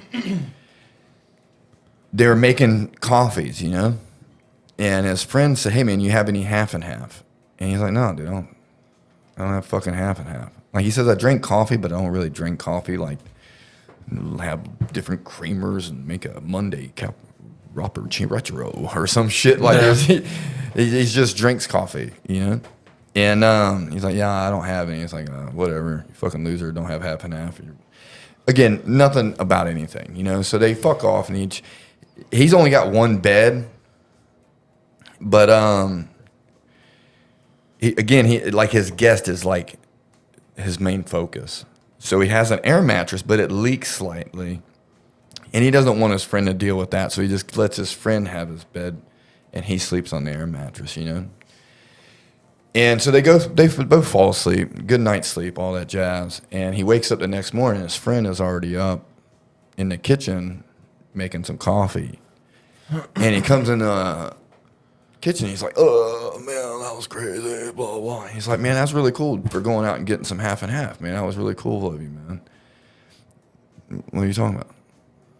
There's a brand new thing of half and half in his refrigerator. He knows he didn't go get half and half. And he clearly is happy to see half and half, you know? And so now he's like back to freaked out again. And like, hey man, don't drink that. Let's go and get a really nice coffee. You know? I know there's a coffee shop down the street. And he's like, yeah, sure, fuck yeah, you know? And so they just throw that shit out, and they go down to a coffee place, and like, dude, this dude is like, now paranoia is setting in, you know? Rightfully so. Yeah. But he don't want to tell his friend this, you know? How do you explain half and half in your refrigerator? You know? Without sounding like some fucking weird.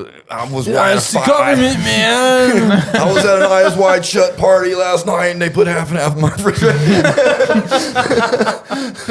They were fucking goats and shipping kids out of Wayfair boxes, and Tom Hanks had a volleyball. And I don't know, there could have been other people, but then all this, and they put half and half in my fridge, man. They're telling me something. What does that mean? What does it mean? So they Tom Hanks with the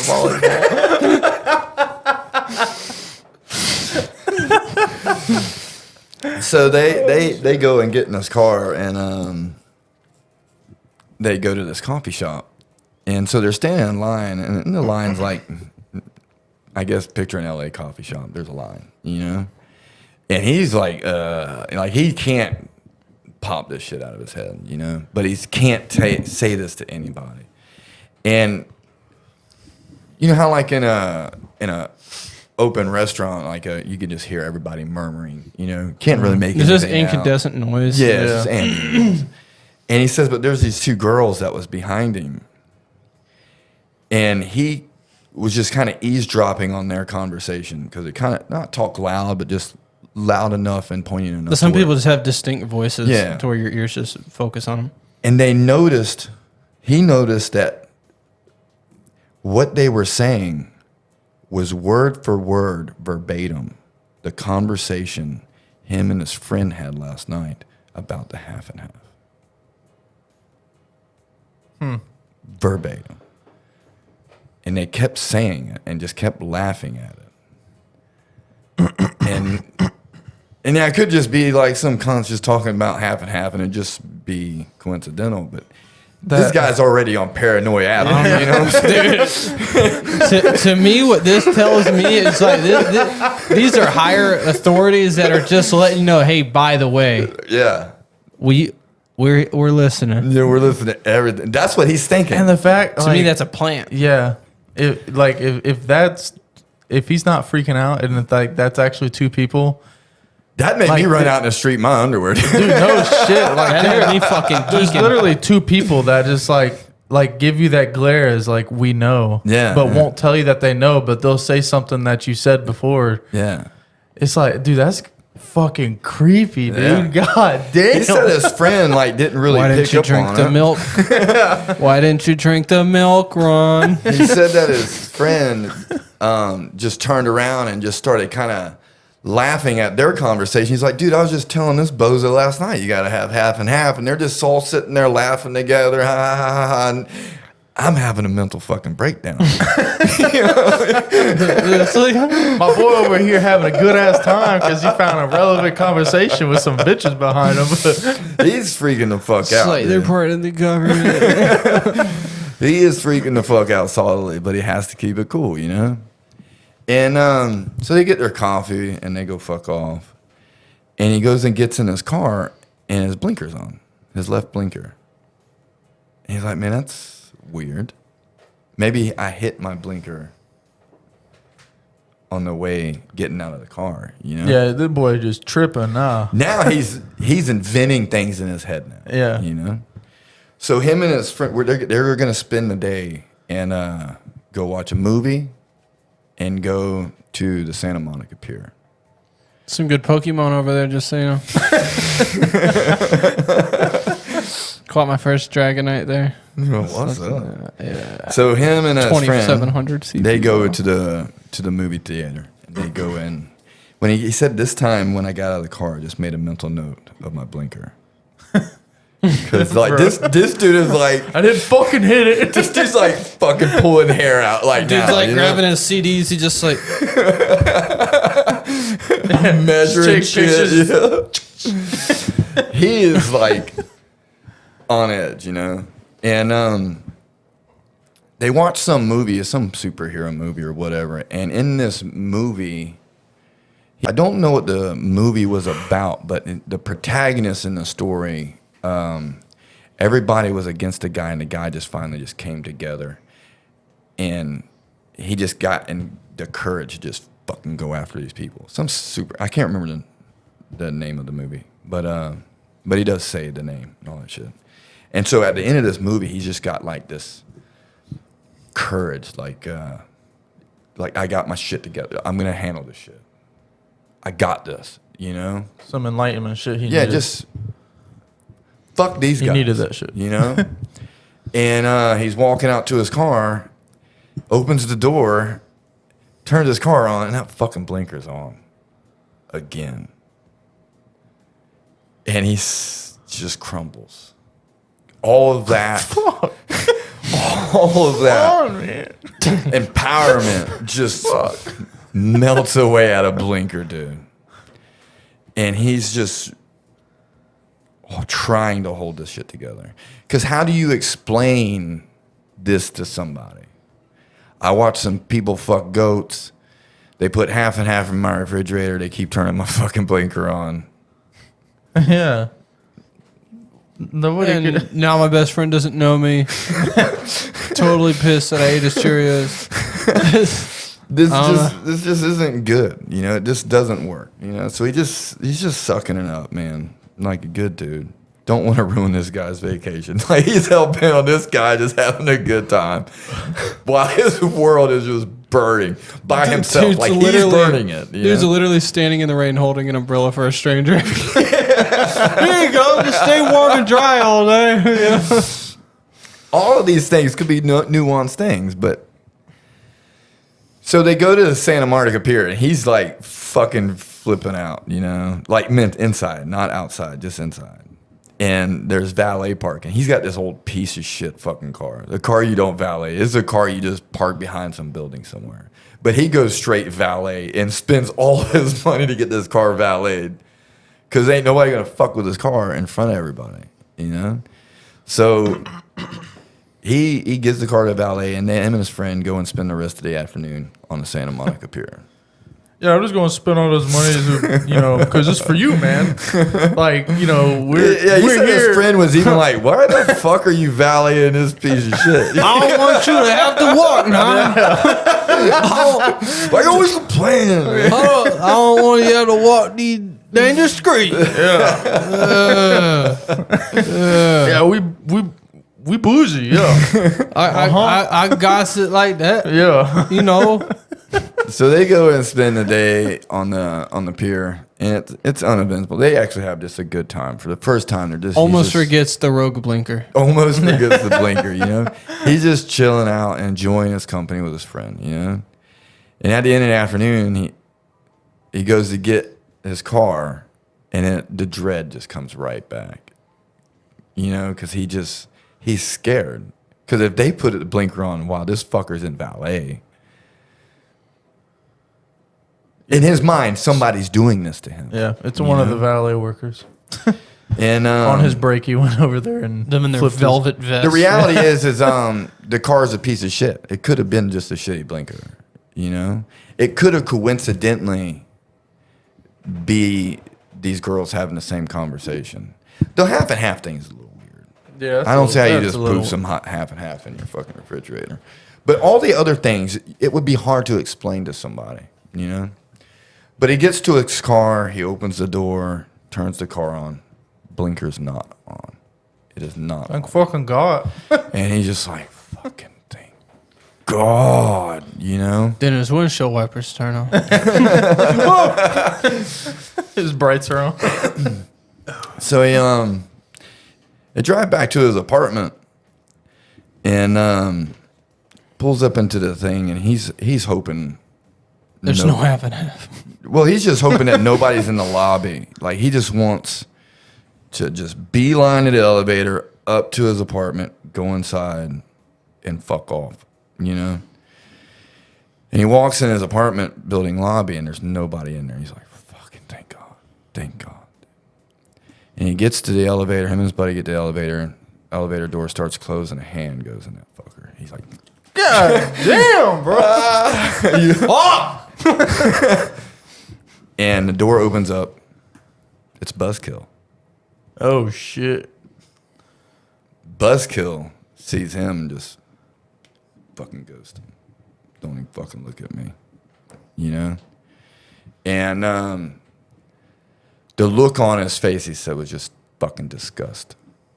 Like, Buzzkills? Or yeah. MC says Buzzkill's face just disgusted.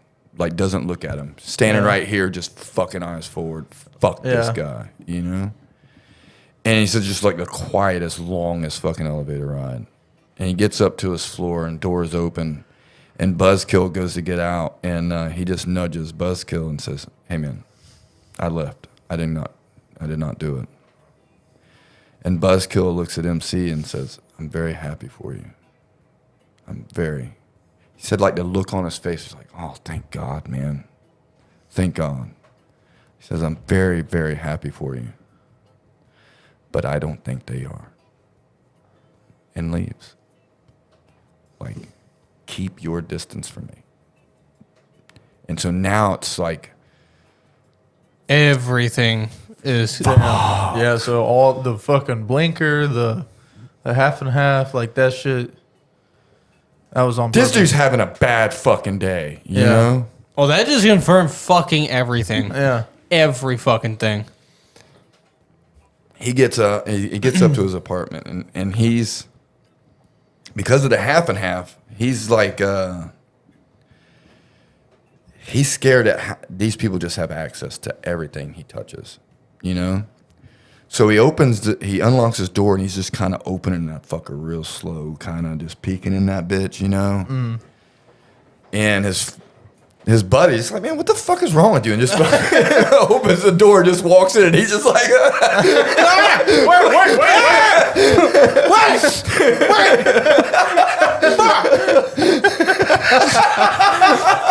Let's go fucking open and shit. This is a fucking house to you? California, man. Fucking prison cell. Fuck fuck is wrong with you? It's a closed set. Fuck.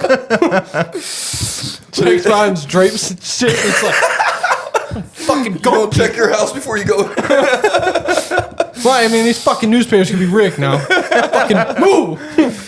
But he's like trying not to act on edge, you know what I mean? But he's definitely on edge, you know. He thinks that this guy doesn't see it, you know. Opens doors with mops and shit. You know, this And, I don't want, you know, it's static. He like looking around like kind of briefly, you know, and then goes to shut the door. He hears somebody, and he's like, "What the fuck?" You know, and there's an older lady at the end of the hallway going into his apartment. He's like super fucking scared, and he's looking through the peephole while he's shutting the door. And he goes to lock the door, and he says, "My apartment building, when I've lived there for 3 months, and the first day in there, the lock sucks." And so I went and told the lobby about it, and they said, "You got to put in a formal complaint to get it switched out." And he says, "I just never did.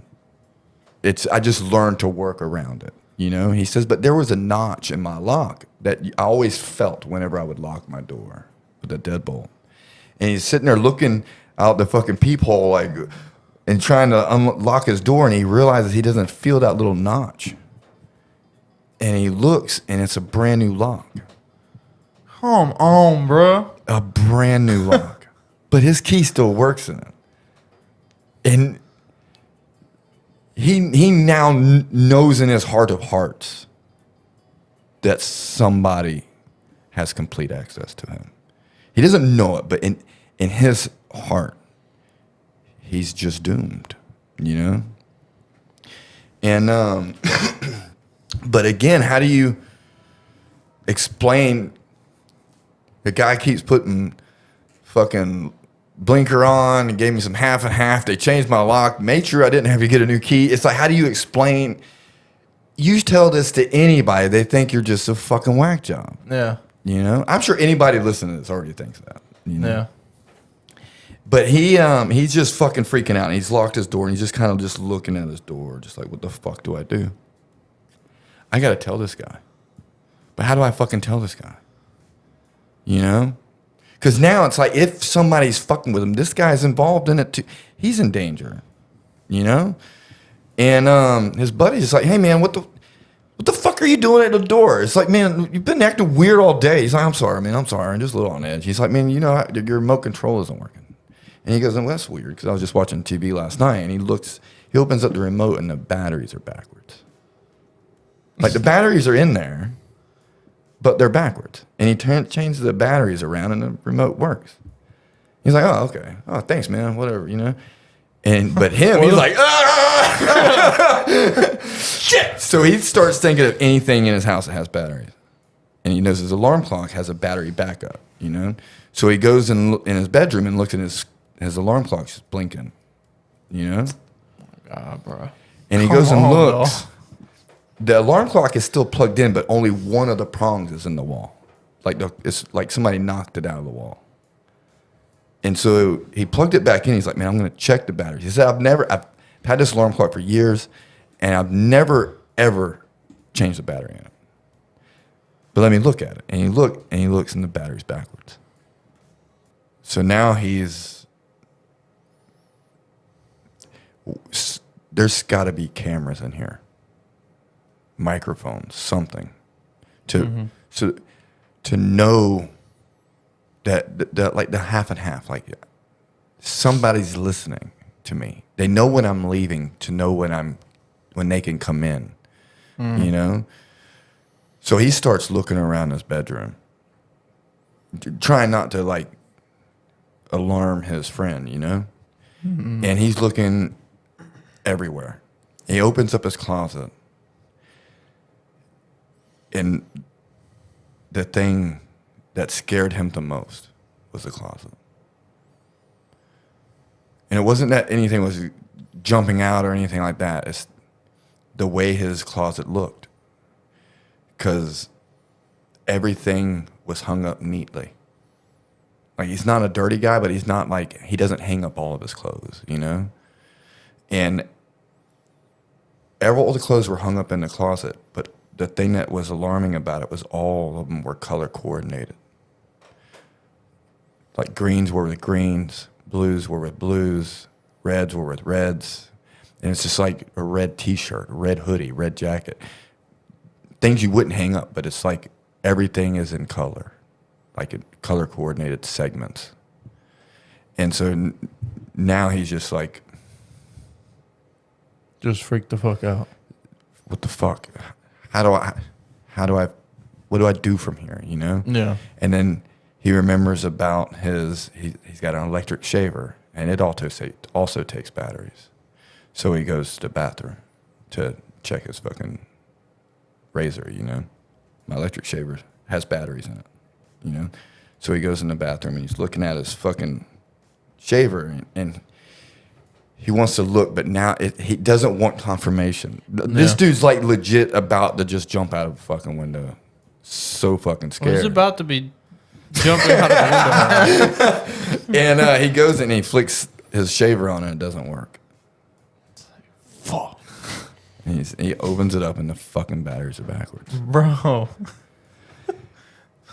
And he just sits there and just sitting in the bathroom, just having a wham moment, you know. He's like, damn, man, what do I do? Like, he just wants to stay in the bathroom, dude. He just doesn't. He's done. He's like officially. He's dead. He's on a hit list. He's officially beaten. I would love to actually just do that to somebody, though. Oh, 100%. If we wanted to fuck with people, this is totally the way we would do it. Just things that just annoyances, you know. Yeah. It just so happens to shit that don't change without interference. Yeah, but it just so happened to accidentally happen right after you've watched a bunch of weird goat fuckers, you know. Yeah. But he's sitting in this bathroom, and he is officially at this moment defeated. There's nothing to do. Basically, just wait for whatever this guy believes is going to happen. Mm-hmm. You know, there's no avoiding it. And so he comes out of the bathroom after he composes himself, and his buddy's like, "Hey, man, you want to watch a movie?" And he's like, "Yeah, sure, man. Great." And he's made a decision at this point that he's just going to tell his friend everything, whether he looks crazy or not, because he's officially just beat. And his friend was like, "Hey man, what kind of movie you want?" He's like, "Man, you can't go wrong with the Marvel movie, man. Just whatever. I'm gonna go grab a drink." And he goes to the refrigerator and he gets him a drink, and he notices his flashlight right there. He always keeps a flashlight by his refrigerator. He says, "I knew the batteries were going to be backwards. I didn't even look. There was no reason to look. I already know they're backwards." And he just goes and sits on the couch. And he's at that moment, he said, as soon as this movie ends, I'm going to turn to him and I'm going to tell him everything. From the introduction of this party to right now, I'm going to tell him everything. Because I don't want something to happen to him. You know? It's like it's his childhood friend, you know? So they watch the movie. He's not watching the movie, but his friend's watching the movie.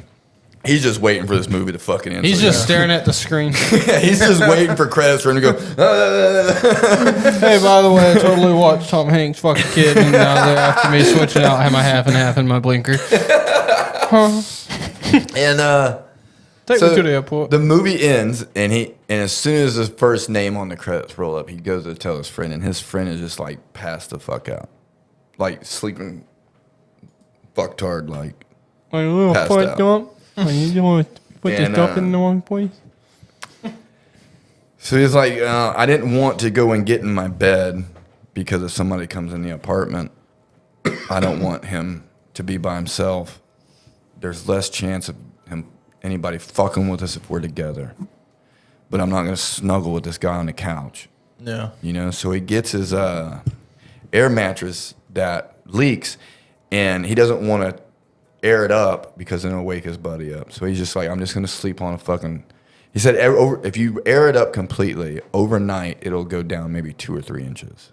You won't be on the floor, but it's definitely not aired up. Taco like a motherfucker. Yeah. And so he goes in there. He's just going to grab it and he's going to pull his air mattress into the living room and just sleep on the floor next to the couch next to his friend. And he goes in there and gets his air mattress, and it is completely filled up. Like rock hard filled up. Dude. This dude is just... These motherfuckers, bro. These dudes are special. It's like, how do you even know to do that? To be honest with you, like, how the fuck would you even know to just air up, like, knowing that how much leaks of this, and then fix the leak? How much of this guy's life did these people already know before that party? Yeah. That's No something shit, I right? just now thought about. Yeah. So he drags his fucking defeated fucking ass into the living room with his defeated fucking air mattress. And he lays it down and he gets a kitchen table chair and he wedges that shit up underneath the doorknob of his front door. And then wedges shit in the sliding glass door of his balcony. apartment. Yeah. And he just he's upstairs, right? Yeah. So it's a balcony. And he says, for some reason, I was able to just fall asleep. And a great night's sleep. I mean, fucking mentally being defeated like that. Yeah, I guess you're just, when you're done, you're fucking just fuck it, bring it. Yeah. You know? None of this shit could be, he's convinced somebody's doing this, you know, but he doesn't have any way of proving this to anybody, you know? So he says he actually got a great night's sleep, considering the circumstances, you know, and he wakes up and his buddy's sitting at the kitchen table. He says, man, you want to tell me what the fuck is going on? Wakes up and sees a chair wedged in the door. It's like you got belts on the fucking balcony. You got bed sheets on the windows. The night before when... Does that Marvel movie scare you that much, dog? Damn, it's just Thanos. Shit. Yeah. The night before when Party Pooper said, I'm happy for you, but I don't think they are. His friend asked MC, is like, maybe what was all that about? And he just says, man, some people in the apartment complex played a prank on him, didn't like it, you know. Took it to heart, he's pissed off. And so when he woke up, he's like, dude, this prank's that bad in this fucking place. And he's like, dude, I just got to tell you something. He said, you fucking goddamn right you do. Because you've been acting weird as fuck ever since I got here. He says, I'm going to tell you, but we have to get the fuck out of this place. Let's go down the street and get a fucking coffee, and I'll tell you everything. Fucking everything. He says, bet, on God. For real, for real. Always on God. And so they get, he says, get all your shit. Tonight, I'm going to just take you to a hotel, and we're going to spend the rest of your vacation here in a hotel. So get all your shit. And he's like, dude, you got to tell me what the fuck's going on. He said, I will tell you everything, but we have to leave this fucking place right fucking now. You know? Keep in mind, this dude's a cop. You know what I mean? And he's like, all right, dude, let's go. Roger that. Let's go. Get your shit. And so they get their shit, man. They go down the elevator and they get in the lobby, and there's All In Ben. He says, man, I'll be right back, dude. I got to go talk to All In Ben. And he goes up there to All In Ben, and All In Ben just turns around and looks at him, just stares at him, and just hands him his coffee cup, and just walks the fuck away. Like, take that, you fucking pigeon. You know what I mean? And he's just standing there like, what the fuck, dude? And he looks, and there's a napkin on the coffee cup, and there's something wrote on it. And on the napkin it says, you have to leave now, or else it's both of us. The cop is like, dude, what the fuck is that guy's problem? He says, dude, let's go to the cop. I'm going to tell you everything. They go down to a parking garage where his car is, and they get in the car, turns on the car, blinker's not on. He not that he even gives a fuck at this point anymore. Anyway. You know? It could be on. I don't give a shit. This bitch could be on fire. He don't give a fuck anymore. Yeah. You know? Sit in the car, puts it in reverse, and stops. Puts it back in park. It's just like the lock on my shifter. There's a certain way you got to do it. It's an old piece of shit car. There's cigarette burns everywhere. There's gummy bears stuck in shit. Because just people, his friends just ride around, don't give a fuck about his shit, you know? And he gets out of the car and he's walking around this entire fucking car like, this is not my fucking car. This is not my fucking car. But it is his car. But this is not his car. The license plate is his license plate. He opens the glove box. All of his shit is in the glove box. And his friend is like, dude, what the fuck are you doing? He's like, dude, this is not my fucking car. He's like, well, dude, we were just in this car. He says, come over here, sit in the driver's seat, and you tell me this is my car. And he said, he put it in reverse, like he said, all right, so you got your shifter fixed. Who gives a fuck? He says, no, look at my fucking car. There's no cigarette burns anywhere. He didn't even fix the shifter. How could he have done that? He's been with him the whole time. You're right. And he's like, and then his friend looked at the passenger seat and says, you know what? Yesterday, I burnt your door panel with a cigarette lighter and left a mark on it. And I didn't want to tell you. And it is not there. This is not his fucking car. But it looks like his fucking car. But it is not his fucking car. So he tells him everything, just unloads everything to this dude. And you're like, dude, fuck getting a hotel. You need to get the fuck out of this place. And so from there, they drove to fucking Vegas to get the fuck out of that place. From LA to Vegas? From LA to Vegas. And they took a plane from Vegas back home. To Chicago? To Chicago. And throughout the journey to Las Vegas, he's just sitting there unloading on his friend, telling him all this shit. And in that, now all of these things, I will say, is just another conspiracy hoopla shit. Yeah, fucking reptilians, Illuminati well-orchestrated shit. story. A well-orchestrated story. But he said something here, and this is what makes me think that I think this dude is being real. He says, these people want you to believe to get to the next level, you have to go through them. He says the reality is the people that were going to make it were going to make it. These people make you think they are the access, the gatekeeper to the next level. But the reality is that these people are the gatekeeper that keep you trapped. Because if I would have went in that room, they would have all the ammunitions to keep me embedded towards them, to keep me loyal to them because of the things they had on me if I went through with that 6th room. And that one statement right there makes me believe it, because I don't think that the Illuminati picks people to, just like Ariana Grande. So they basically create dirt. They create dirt to where now you are beholden to them. Yeah. Remember, I was actually talking to you about this yesterday about how I think that one thing that's more valuable than money is blackmail. Yes. And I think that's a genius way to like basically make like you control the water. Fucking You control the water. You control everything. People are not allowed to drink from the river unless it's through your bottle that they sell. But look at Dr. Disrespect. Someone says he's a chomo. His career is ruined.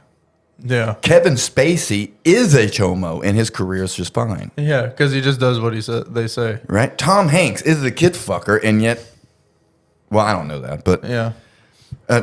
Good correction.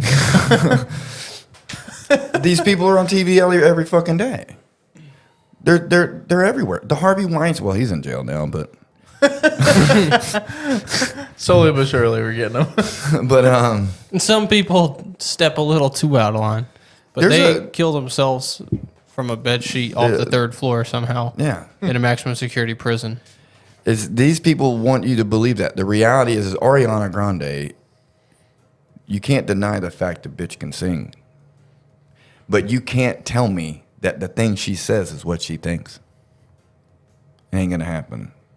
You're telling me that every single person just so happens to be a movie star can't stand Donald Trump? That's weird. Yeah, that's a little weird. There should be at least 5 or 6 of you like, yeah, he's pretty cool.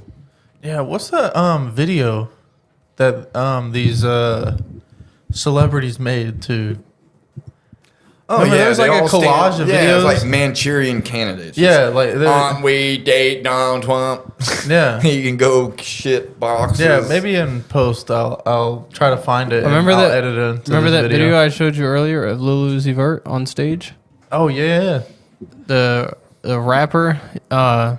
He's been pretty fucking straight for a while, and then his he came songs out talk about pussy game. Yeah, then now for some reason he was told that he is. Oh, he has now told everybody that obviously under his own will that he's gay. That he is bisexual. Oh, bisexual. And they had this man wearing the gayest fucking outfit I've ever seen, wearing a purse on stage. There is also another guy on a rap festival. What's that group that sings that song "Shut Up and Dance with Me"? What the fuck is the name of that band?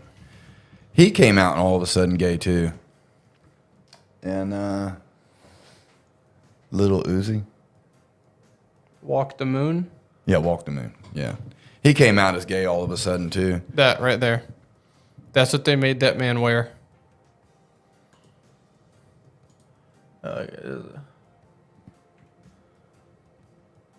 Yeah, I think it's a game to them, man. I think they get dirt on you and they're just like, I don't even know if they're pushing an agenda or they just want somebody to laugh at.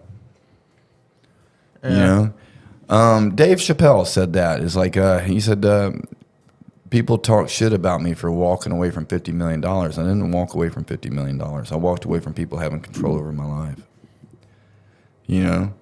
And he said, something else he said, I didn't know what it is about all of our black stars. They're always forced to put on a dress at some point and for a movie. You know? And that's where it kind of gets into like the Illuminati shit and, all, and the conspiracy thing. I don't think the Illuminati is like some weird fucking gatekeepers or whatever, but what I do think is that they're like those aristocrats, you know? The Dashwoods? Yeah, like the Hellfire Club. Like that kind of shit. It's just very powerful, influential people that control a lot of money, control the gate to money. At first I was kind of think that they control At first the I was gate. kind of for the party. You know, because it in like logical standpoint it makes sense. You know, people that are underneath the microscope that are constantly seen by the world would like a place that they can go Let loose. and just because they can't vent to people, they can't yell at people on the street like everybody else can. So they sit there, they get it out like that. Yeah, they want to fuck around, but people want to say that they raped they have them, and to- then they got to pay out lawsuits. Got to and like, eat proper, you know. And Yeah, it kind and- of lets them just fucking just be barbaric. Yeah, for I a mean, minute. like to me, at first it makes sense, but then if it ended at room 5, you know, I'd be like, it'd just be a wild night. yeah, you know, but that room 6 is just like too much, dog. Yeah. Yeah, you motherfuckers are fucked up. You go and take your dick out that dog now. you go stop like- that shit. Part of me is like curious to know, but it's like the other part of me is like, man, there's some things you can't unhear. You That would explain all the cameras and shit. Just so it's all video sealed and you. Yeah. Harvey, like Jeffrey Epstein type shit. Yeah, it's like it is all on camera. So you stay the fucking line. Yeah. Or your ass is grass. Because if I'm sitting there getting raw dogged by some baby goat, and somebody says, "Hey man, I need you to put on a dress and get on stage and say fuck Trump, or I'm going to let everybody see this video of you getting fucked by a baby goat." Yeah, all right. I'll say fuck Donald Trump for $200. Somebody give me $200. Yeah, fuck Donald Trump. Yeah. They gave me $200. I don't blame people for taking these. Part of me. So take like me. I grew up poor as fuck, man. I cannot fuck a kid for fame. I can tell you that right now. So if the past go is fucking a kid, I'm out, dude. I stay poor for the rest of my life. You know. But if I have to elude, like, say if I believe in a constitution and I have to say that I don't believe in like how all these liberals are.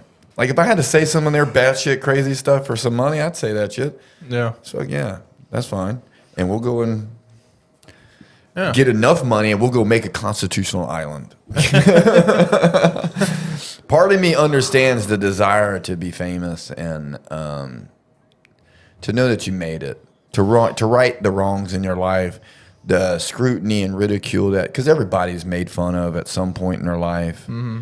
They've always been a loser compared to someone, and making it where the world knows who you are is like a payback to all those people. You know, so I get the desire and ambition to be that, to be ideal, because everybody wants to be liked. Everybody would love to be idolized, but I think they don't realize you can do it on your own.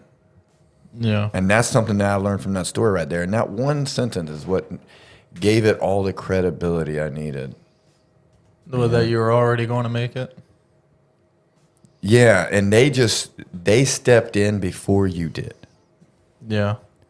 In hopes that you would think that they would be the way to do it. But the reality is you already were. Because nobody, as we all are some sort of creators, whether through surfing or shooting, motorcycles, whatever it is. Somebody can't just come to me and give me those abilities. You either sound like Ariana Grande or you don't. Yeah. You know? So nobody can do that for you. So you were already going to make it. Yeah. You know? You just have to get the right opportunities. Now, they may control a lot of those right opportunities. Yeah. You know? But eventually, I think, in time, you would get it, I think. It just might not be as easy as these people that are willing to sell themselves. You know? So it was that one thing. It was that one thing that did it. And the fact that he still has the fucking letter. That is fucking crazy. I wonder if it's actually real, though. I don't know. Maybe. That's the thing. That's the thing with the invention of the word conspiracy. That's the only word that we can use to envelop what the story is. Yeah. Other than it just simply being a story, or it could be true recantment. But I can tell you, if there was a John's hardware shop anywhere in the United States that had the amount of allegations as Hollywood does, that thing would be investigated to high shit and back. Oh, yeah. But for some reason, this little town, it's just fucking hearsay. It's just conspiracy. It's just a bunch of whack jobs. Shut the fuck up. But yet Johnny's hardware would be completely fucking... Yeah, just on an accusation. Just on an accusation. Donald Trump lost $450 million worth of property because of an accusation. Yeah, that's bullshit. But yet these people are like, no, man, it's conspiracy, man. I mean, we have parties over there, and yeah, everybody fucks each other, but what's wrong with that? Everybody's fucking things out of a comics box. Everybody. Yeah, what's the big deal? Ain't that right, Senator?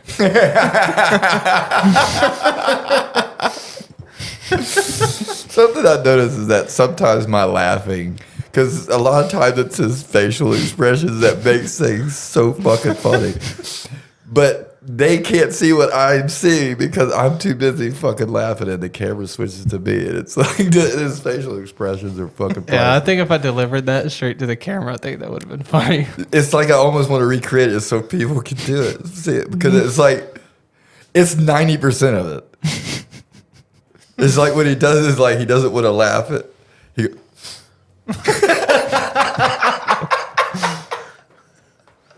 It's so funny, man. And then the Chuck Norris shit the other day. It's crazy that that's what we consider other day, but that was like over a month ago now. Oh, they're right. Do this senator thing again. Give it a shot. Show it. Ain't that right, Senator?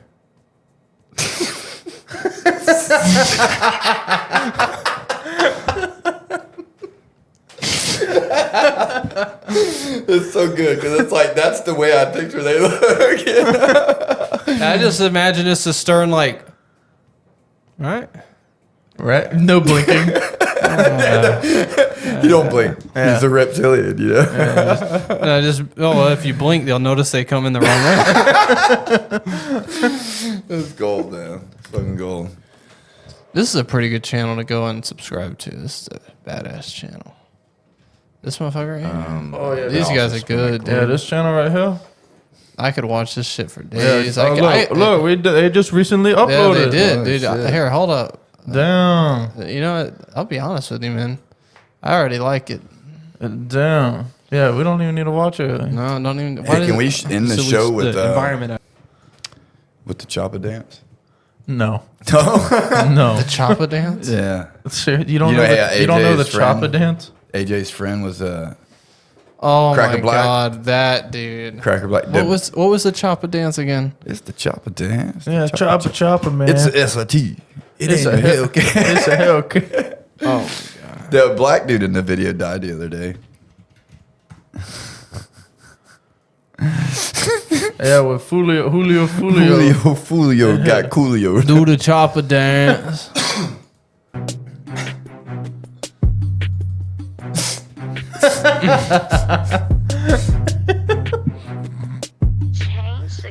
Dog, come on, bro. 100-something sticks like a marching band. In the stolen riding through like the Taliban. Off the perks, I hit the block, ready to stank a man. No, don't want to play this too long because I don't want them to know that we're watching the video. At least go to the chop. Don't go to the SRT part. So I don't know where it's at. This dude's never shot a chopper. It looks like he's digging a hole. He's just like, I want to hold a shovel. He's carrying. He's Why doing are his they in a hands like he's semi- holding a He old. looks like he works for Walmart Asset Protection. He looks like he's holding an old. So all you need rifle. to do is you just need to call the 1-800 number or the customer service on you know what I'm saying. Look, dog, you don't walk past all points of sales now. You gonna have to come with me to the office now.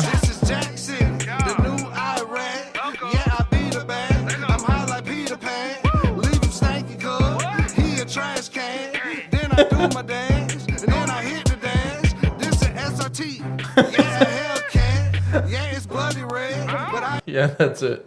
That's all you need to know.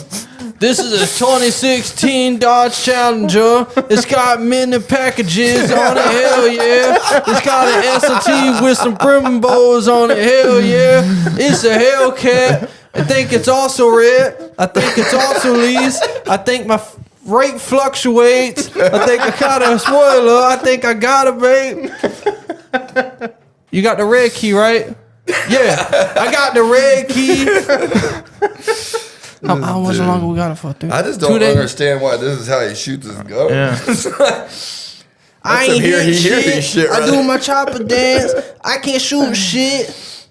This is his fucking tool, man. He's a tool. That's the biggest tool in the world. Right well, with that bombshell of an ending, we're gonna go ahead and hope that everybody and if you enjoyed get that invited episode. to a party in Los Angeles, don't. Yeah, don't. Just fucking go. Yeah, don't do it, please. You think this guy gets excited when a black dude daps him up? Yeah. He's like, oh my God, I've been knighted.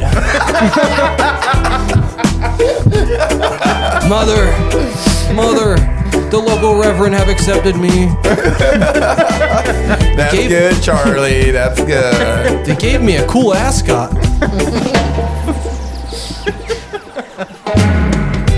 Said something about blood.